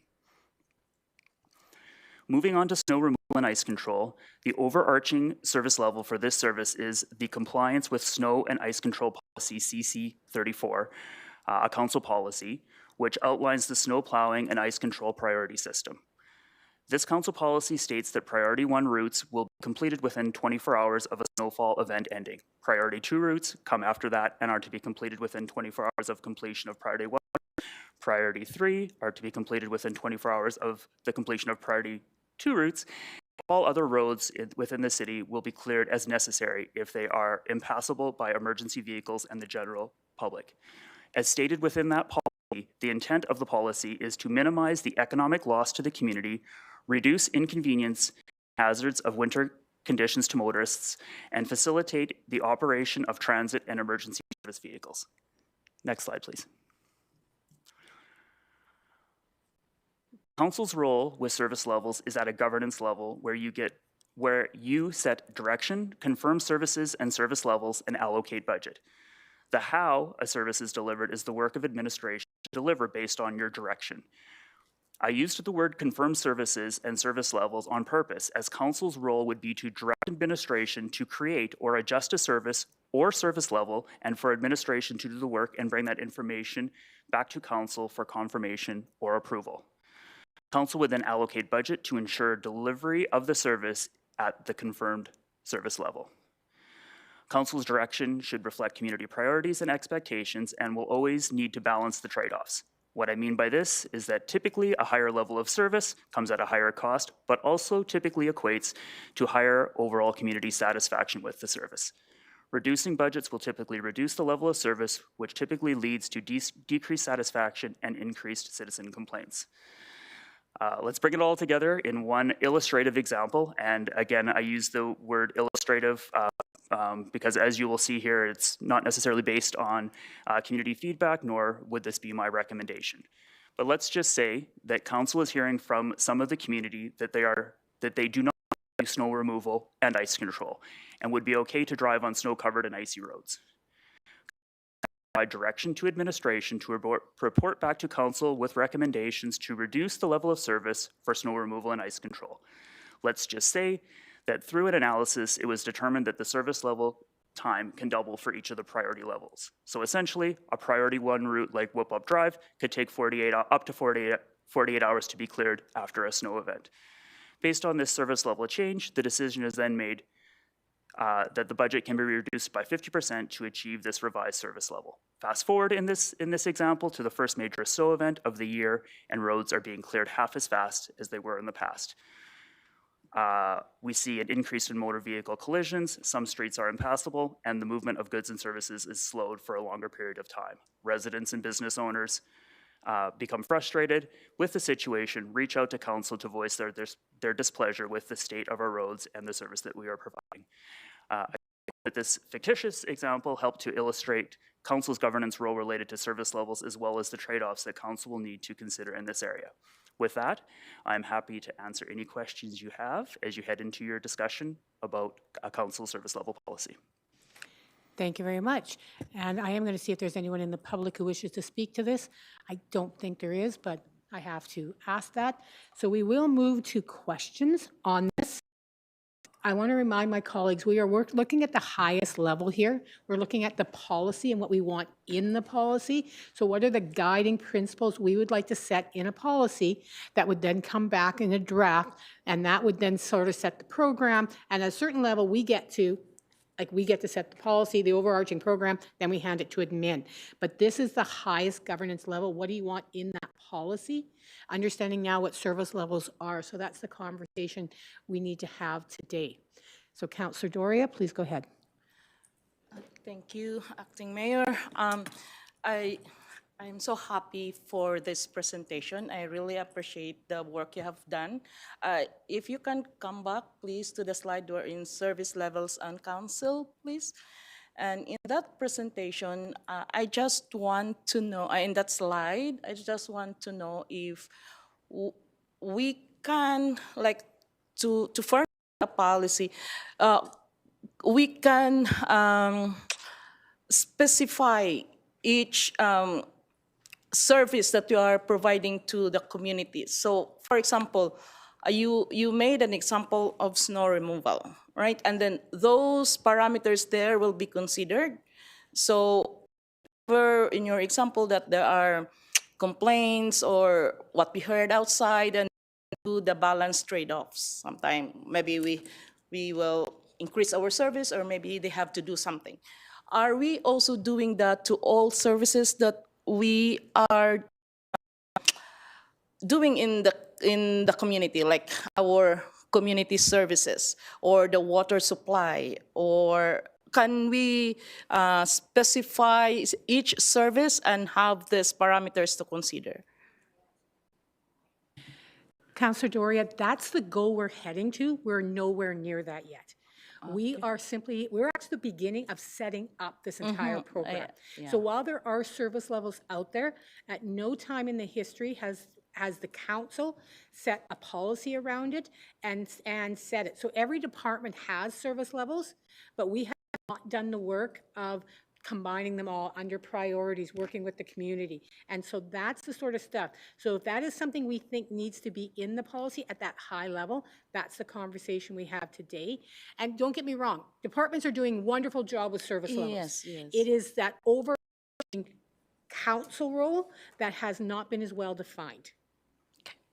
Okay, thank you for clarification. I know there are already existing services and they already work, administration already work on that. What we are looking forward is for like ease of evaluation, ease of availability of those documents that we can see. Oh, there is a comment on this water treatment, water allocation or whatever, then we can do the adjustments on our level, in our council level, to provide directions. That's what I'm trying to No, and that's the emphasize. thing. I think right now these guys are taking notes going, okay, obviously they're going to want this in the policy. And that is why, that's why we really couldn't provide much on this. I don't know if any of us actually knows the direction we really want to go on this because it is so new. So that's why this is probably the most laid back part of this meeting, is we're having a conversation around this. Now, I know some of the things I want to put in are very similar. I want to have a mechanism.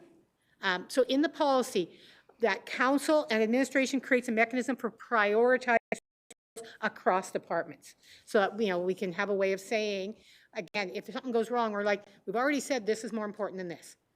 I would love to see a mechanism in here so that right after a strategic plan is done by a new council, review of the service levels, however they want to see it. That service levels are reviewed every term of council. That needs to be in this policy. We need to have in this policy for ourselves and for the public the definition of what service levels are. We've been throwing it around. We don't see that. Yeah. So that's the kind of stuff I think we need to have in here. I would like to see, my colleagues may tell me I'm crazy, I think for this almost, can you turn on all the mics? I know it's crazy, but I don't think this is an official, like, well, I can do that right here. If anybody want to be part of this conversation, so I don't just keep going on my own, if you want your mic on, just turn it on, because this is not a ask to speak, this is we're just having a conversation part.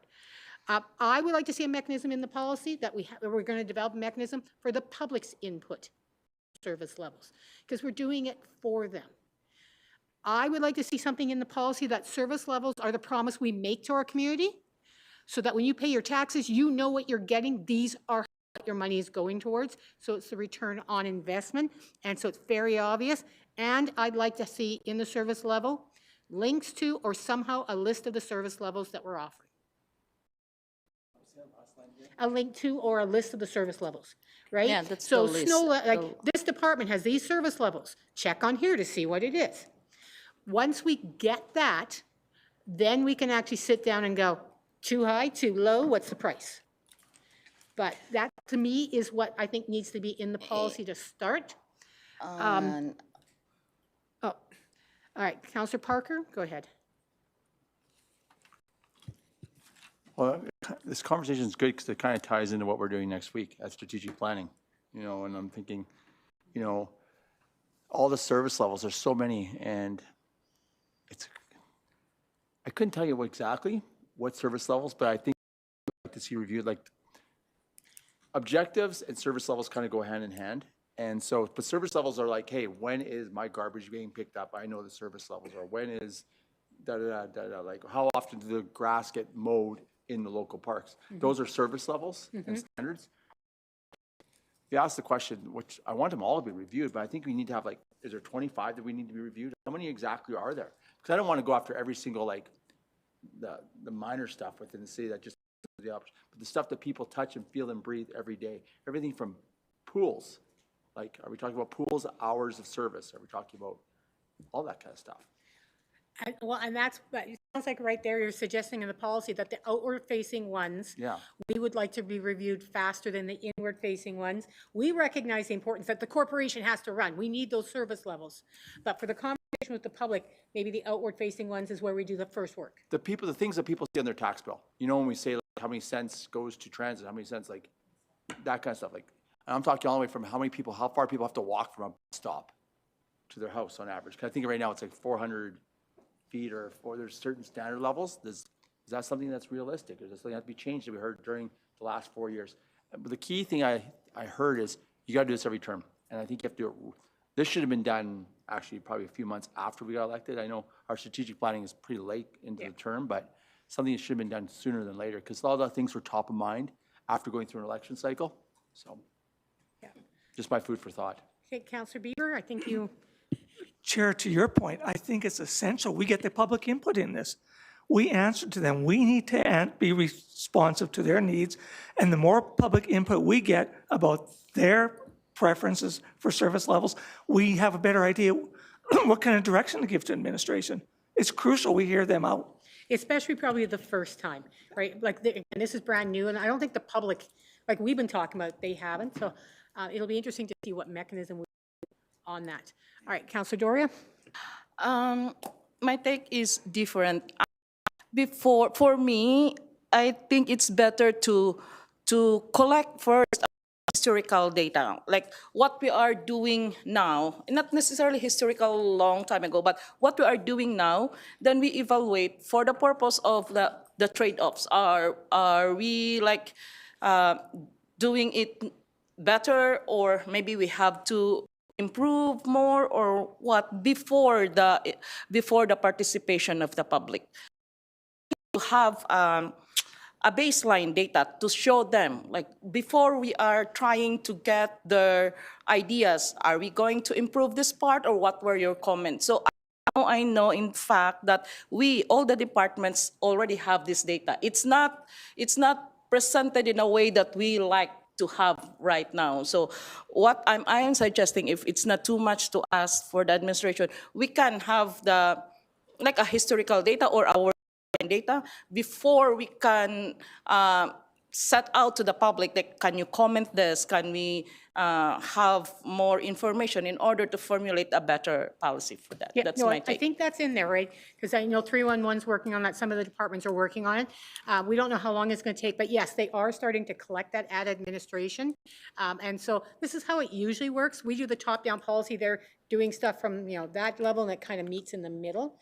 But I think the departments are there, and you're right. You have to have a straw man for the public, but what we're saying is we want to see in the policy that the public will be involved in this. We're not saying before we collect it, but they must be involved. That, to me, is part of the policy. So I think we're all speaking the same thing, and the timing will be interesting. Thank you. My thing is that I don't know what I want. So,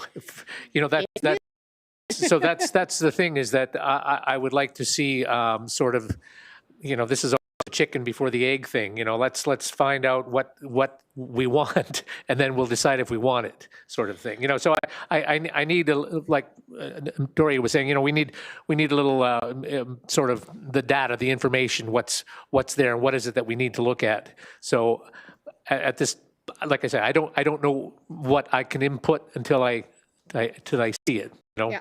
There, that's my input. Okay. The other thing that I'd like to see in the policy, and I'll share with you something in a second, but I won't forget it. Understanding of the adding new service levels, because there is an understanding in the public that you guys want something, you just go, you don't understand that we're the only ones that can add service levels, and that then impacts whether or not more staff is needed. So how service levels affects the budget, staffing, et cetera, has to somehow, and how service levels are created and got rid of, right? Has to be part of the policy, that there will be a mechanism, or is a mechanism for it. Doesn't have to be outlined in the policy, but it has to be an understanding that those will or must already or will exist. And yeah, the other thing, Lamont County, when I did the budgeting stuff, I'll send you some stuff that I've seen from other places where they've gone through it. And I'll just give you a heads up, this is not going to be, like, again, one and done. The one county I was hearing from, they did 18 hours of council time, not staff time, council time, to go through the list of all the service levels so council could understand. So when we're looking at a $450 million corporation with 30-some departments and everything everybody does internally and externally, think of this more like that asset management we're working on. We are starting here looking at a multi-year plan. Do not look at staff and expect they're going to have this done tomorrow, or they will strangle us. Go ahead, Councillor Wolf. So just let me understand here. You're saying this has kind of never been done before, we're talking about? In a I've formal... never seen it done in the city. Okay. So I accept that. So what is going to be the whiz-bang, holy moly, this is amazing end of this that's going to be able to communicate to them that because we've done this, this is either how I'm going to save you money or how I'm going to be, like, what's the guarantee it's going to come up with some end result that is tangibly better than the last decades? So right now, if we make a cut, we usually, we're going to cut $1 million. With this, we are going to be able to say to them, we are cutting this service level at this price going down to this level. And then the public can tell us, you guys, brilliant, love it. And again, they're not going to all agree, but they're going to understand. So we are going to tell them, this is what you're putting up at this cost. Right now, we're focusing on the cost, we're not focusing on the service level. And we should be focusing on what's the return of investment that we are promising our residents. That's what we are focusing, not the budget. Now, the two will go hand in hand, but it is the service we're looking at now. Go right ahead. A good way of looking at it is we tell our administration, find us $1 million in savings. But they don't represent the values. We represent the values of the constituents. So it's unfair to ask our administration to cut back because they don't know. But if we say this is a level of service the community is willing to sacrifice, then they can make that cut. And we've kind of done it backwards. You just can't tell the administration to go cut through because they don't know. Because, for example, if they cut 3, well, we didn't want you to cut it there. Well, you asked us to find savings and all that. So a good way of looking at it is parks. I'm going to use parks as an example. Let's say, well, let's say we want to cut our grass parks, most of our parks, every 2 weeks or once every 3 weeks, how much of a savings is that? And then the city staff come back and they say, that can save us $750,000. Then that's where we make that value judgment that, you know what, let's try it. Now, sometimes it's going to be a success and sometimes it isn't. Remember we were having the conversation regarding libraries last 2 days ago. It feels like 2 weeks ago already. But Councillor Croson made a good point. Like, well, let's look at the service levels because we need to know what's the consequence if we do the changes. Is the service levels archaic back in the 1990s and do we still need that level of service? It could be anything. Or we could be talking about increase in level of service. Not just about cut, we talk about, you know what? For example, we want more dog parks. Is there an cost to that, right? That's another new standard level of service for our dog owners in our community. So but the point is, we represent the values of what service levels the community wants. We can't, our administration just implements based on that and then they deliver it. It's kind of, we've done it kind of backwards in the past. I think we've done it backwards in the past. We should set the standard level, and if we want to cut back, then we can see the savings. So, am I correct? Am I explaining that correctly? And the other advantage to this, I have seen now 3 different councils come in with everybody coming in with priorities. Everybody has heard from their candidate or from their community and get very frustrated going, I can't make change. Well, it's because we've been doing it backwards. Because council's priorities must drive the service level. The service changes must drive the budget.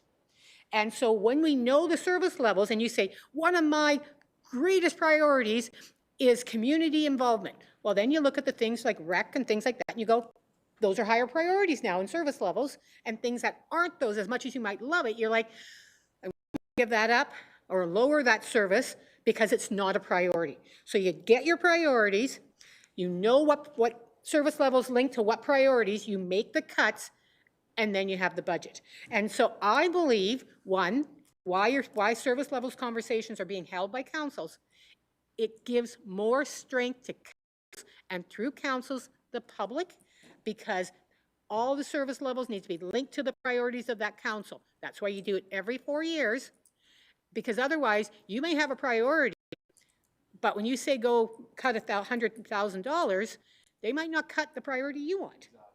And so this is putting council, I think, more firmly back in charge. Oh, go ahead. So I hope you get your 12-year win, and we're going to make a placard for you with those 3, with like a tree or something. That's awesome. I hope we figure this out because I think you've advocated for this for a long time, so this is great. And this is not a sour grapes question to admin either. To establish this new regime, I know we love to talk about how many man hours all this stuff costs. So last time we talked about finding $3 million, and you said thousands of hours of admin time to figure this out. So it's not a sour grapes question, it's a comparative question. So to establish this new whiz-bang regime, what are we looking at for hours on your end? How many hundreds and or thousands?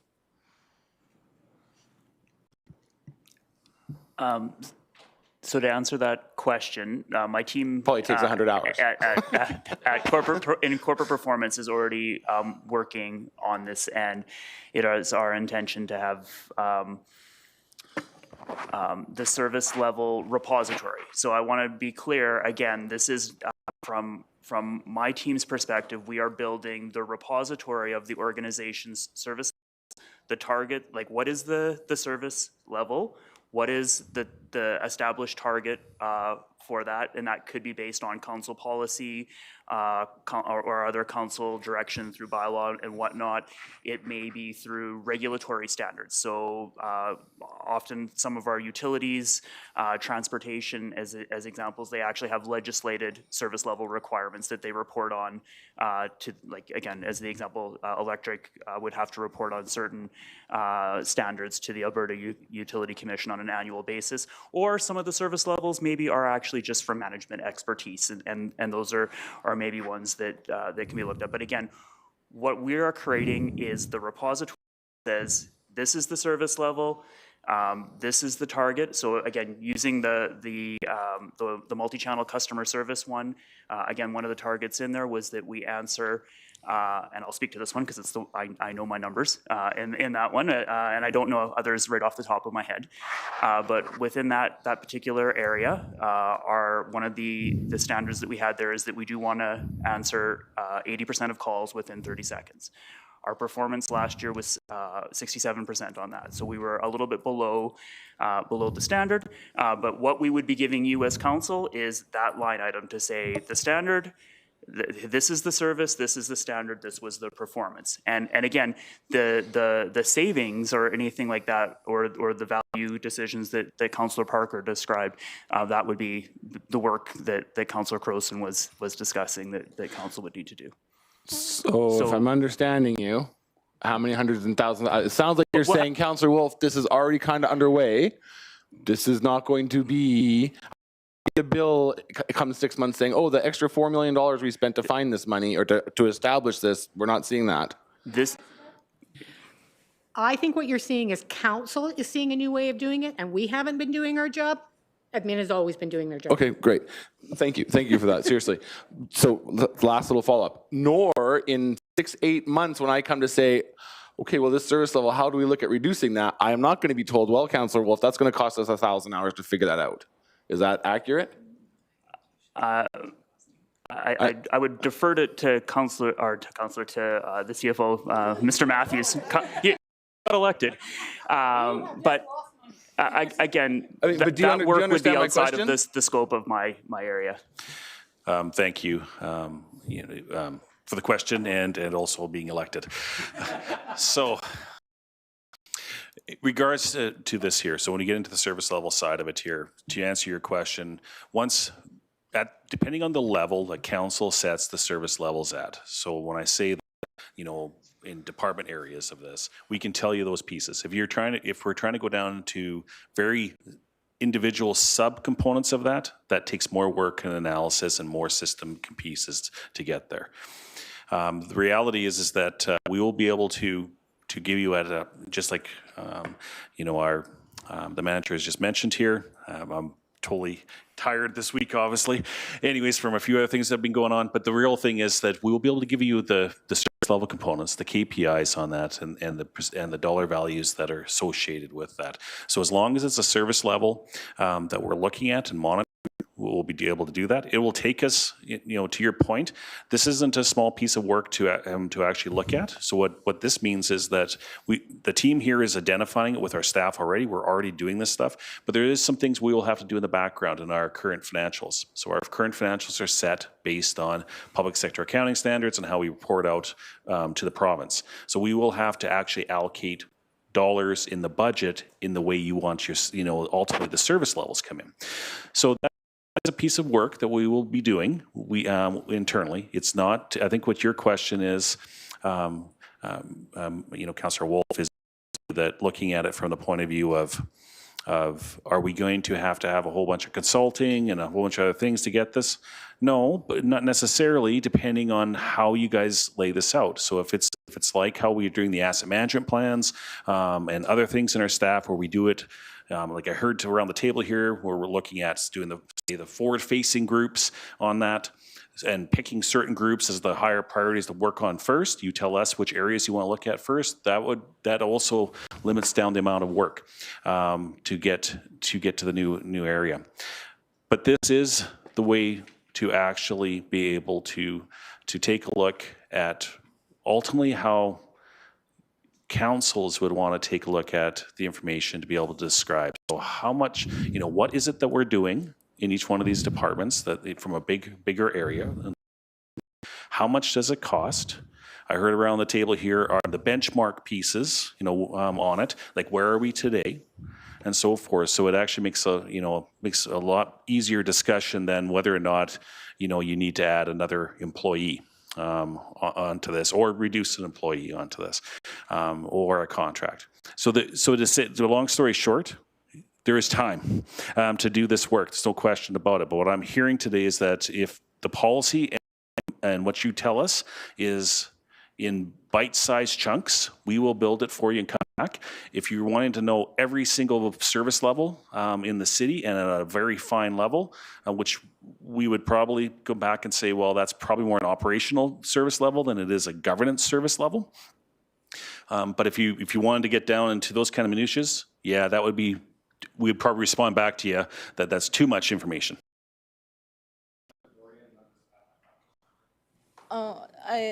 It's partly my comments or my questions are partly answered by Mr. Matthew. So for me, we are not expecting much. I think there are already work done there.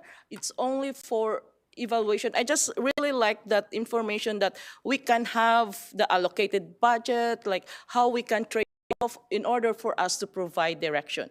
And I know there are already data there, like it's a baseline data though, because we consider that baseline because we haven't done it in a policy ever. So it's not necessarily that we are hiring more staff to work on it. It's really there, but it's just the presentation for us in order to provide information in the long run to our those who voted for us, like what I can say. So it's not, for me, it's not a very complicated thing.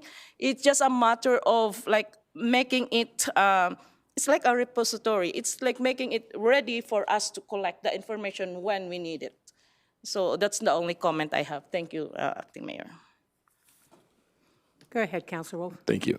Okay, so 67% of our phone calls are answered within 30 seconds. Correct? Is that what you just said? Okay. So we're sitting here some months ahead. We're discussing this service level. We're not happy. How much do I have to give you to get me to 90%? Are you going to say to me, well, Councillor Wolf, that's going to cost me 600 hours to figure that out? Or are you going to have some kind of notion as to what that's going to take? I would have some kind of notion as to what that would take. And again, to answer your previous question, and as not councillor, but our Chief Financial Officer, Mr. Matthews, pointed out, again, depending on the complexity, again, if you're very targeted with the service level that you want, I think the work becomes simpler. If it's a much more broad exercise where you're looking at every service level, that's where it becomes more complex. But Thank you. Yeah. So from my freshman perspective, I guess my concern is I do not want to get mired and bogged down in some bureaucratic thing that we have just done because, you know, it's just done. And then this hobbles us. And I get into these situations again where we want information, we want this. It's, well, jeepers, no, that's going to take too much time. That's going to take too much effort. So I have an answer.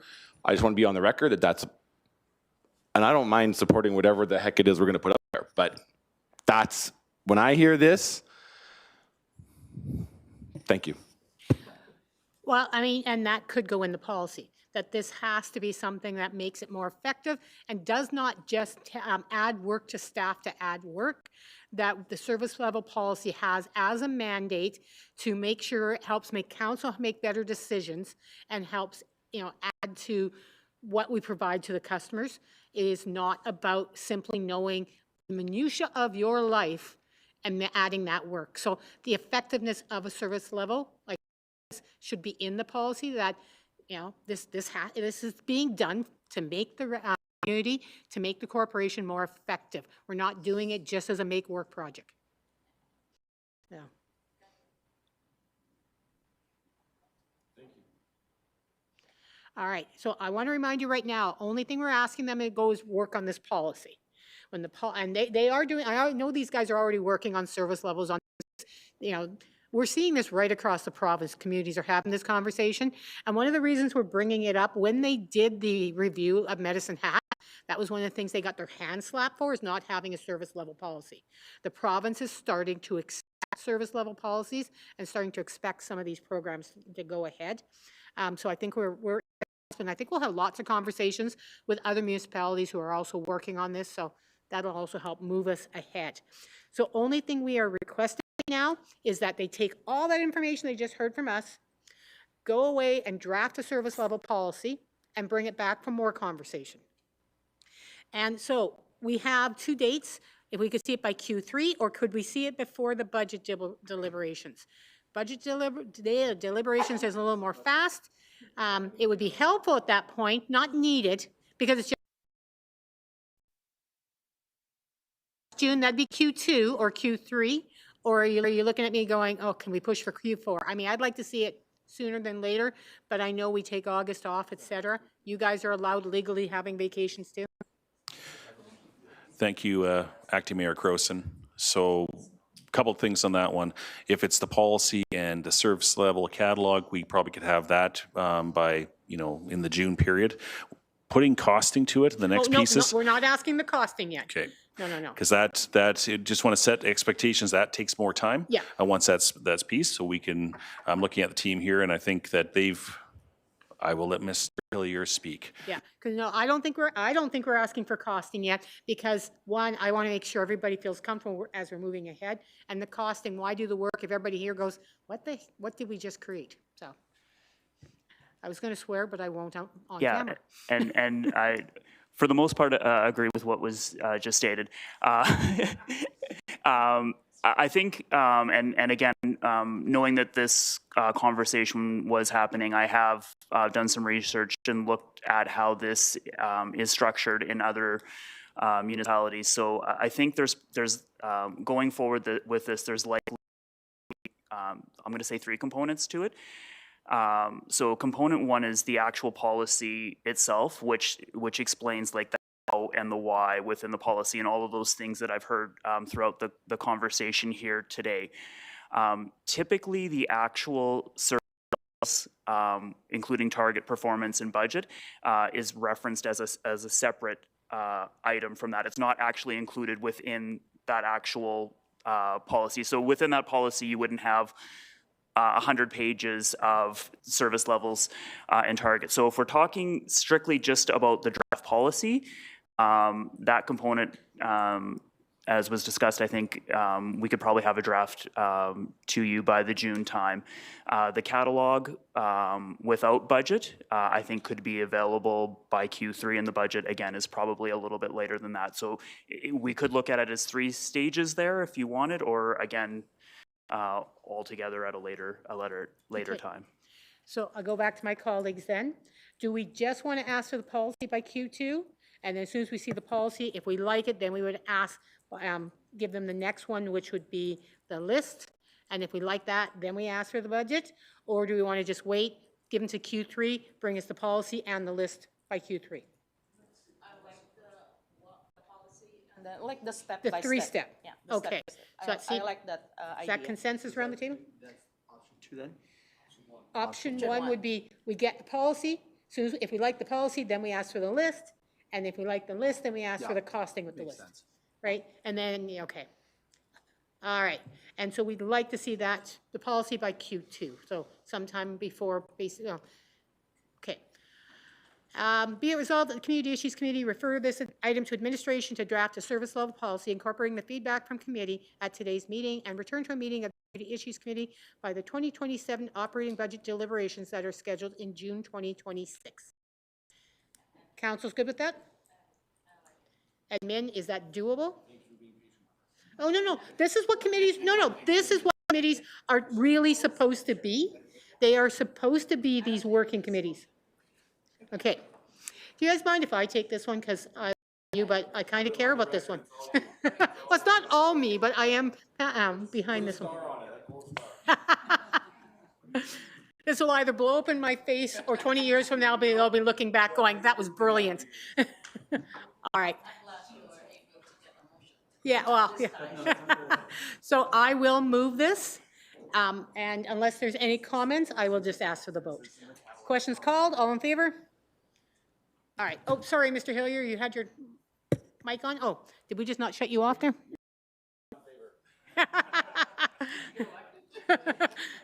All right. Thank you very much. Like I said, there's a lot of work to do, but I appreciate the conversation. We are on that.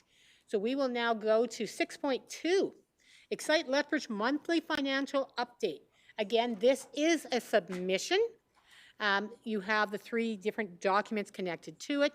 Mr. Gallucci is here if you have any questions. Anyone have questions they wish to, again, any member, I doubt it because nobody's here. Any questions for Mr. Gallucci? Or the only motion here is to accept for information again? Yeah. So except for information. Mr. Galucci, I do just have one question for you. This is something I saw on Facebook. It's the way the accounting is when you put the business stuff, the building stuff in. It made it look all of a sudden that like first month you didn't have much expense and then it ballooned. Can you just sort of explain when you put the building into the 1 month, how that affected it? It's not really a cost, it's more of an accounting thing, but it looked to many members of the public who were reading it that all of a sudden your expenses like quadrupled. Thank you, Councillor Crowson. Yes, so we were just correcting some of the accounting to allow for the. There's two things that took place there. One was timing. It's just how we account for how the bills in the transfer when we moved from LDE to Excite. Some of those bills still belong to LDE, and then some are delayed, like utility bills and things like that. So there was a gap in timing, which was caught up in November.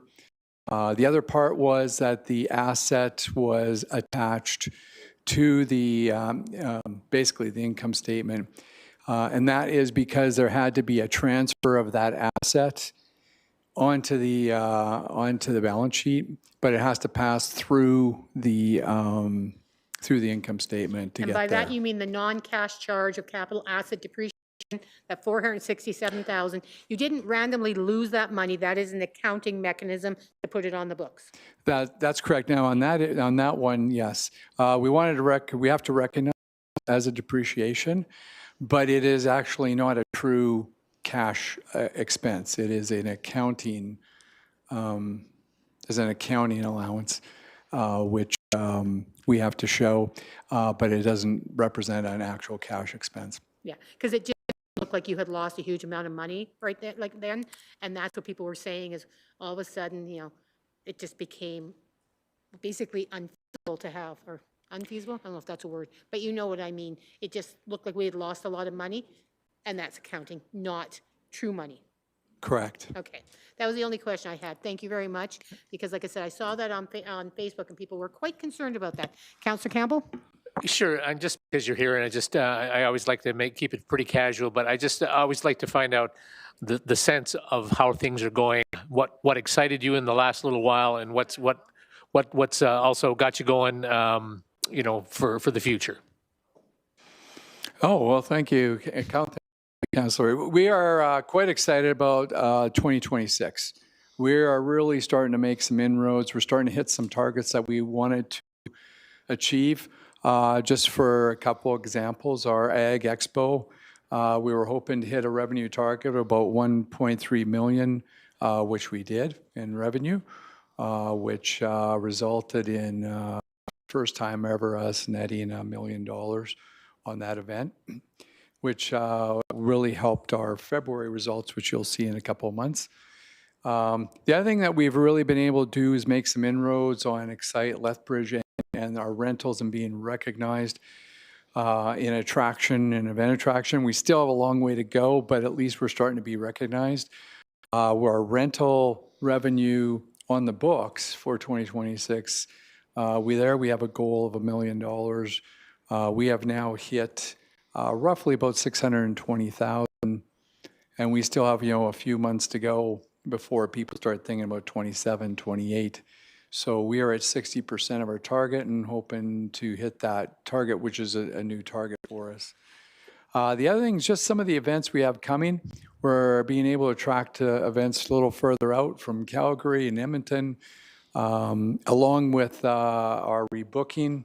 Our rebooking now is at about 60%, which is a good sign. That means people are enjoying the service and the activities.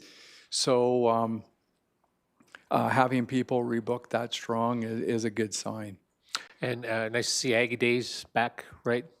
Yes, Aggie Days were on yesterday and today, along with the South Grow Conference. So there was about, I believe it was about, I may be correct on this, but it was about 1,500 students rolling through for Aggie Days, and we're quite excited about it. We hope to expand it to even more next year and working with the Ag Society on it. Great. Good. Onward and upward. Thanks very much. Thanks. Thank you again, Mr. Galucci. We will move to the motion. Motion is from Councillor Wolf. Be it resolved that the Community Issues Committee receive the Excite Lethbridge Monthly Financial Operating Report for the months ended October, November, and December 2025. I think we have 2026. We can't do any time for information. Councillor Wolf, the motion's yours. Questions or other feedback? Anything? Otherwise, I'll call for the vote. Question's been called. All in favor? And that passes unanimously as well, because Councillor Dodick isn't here. All right, move to 6.3, affordable and social housing update.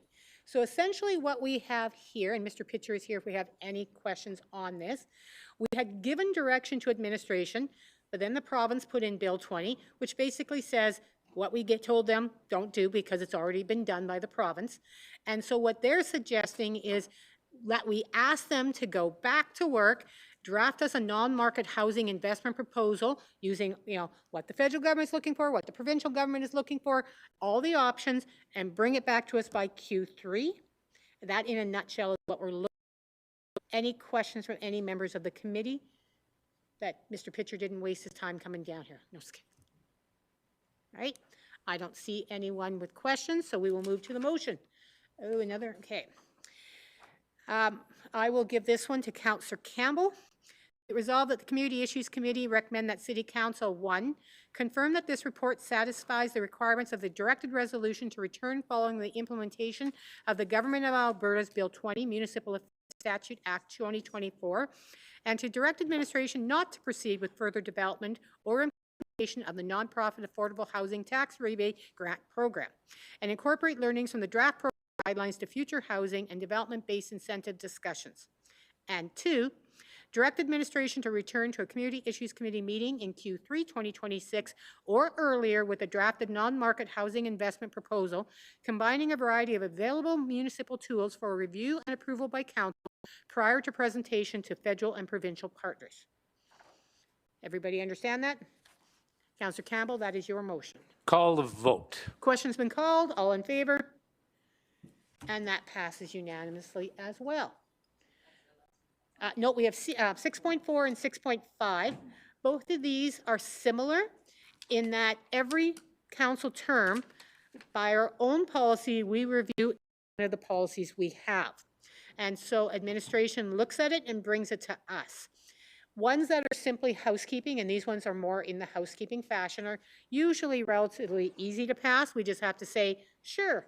I noticed somebody really likes to capitalize everything. So when you look at the red line version, somebody's going through and making sure everything has capitals that didn't.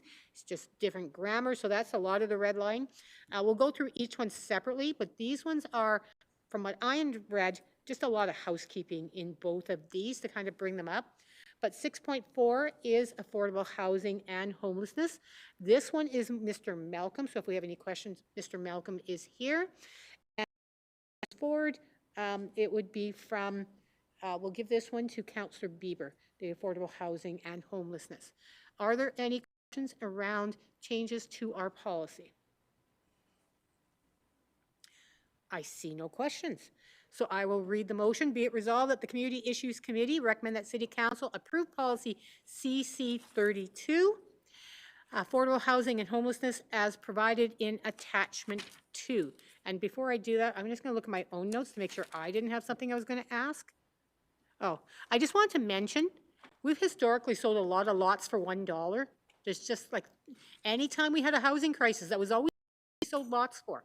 So just putting that back out there, it's worked really well for us in the past as you're looking at mechanisms.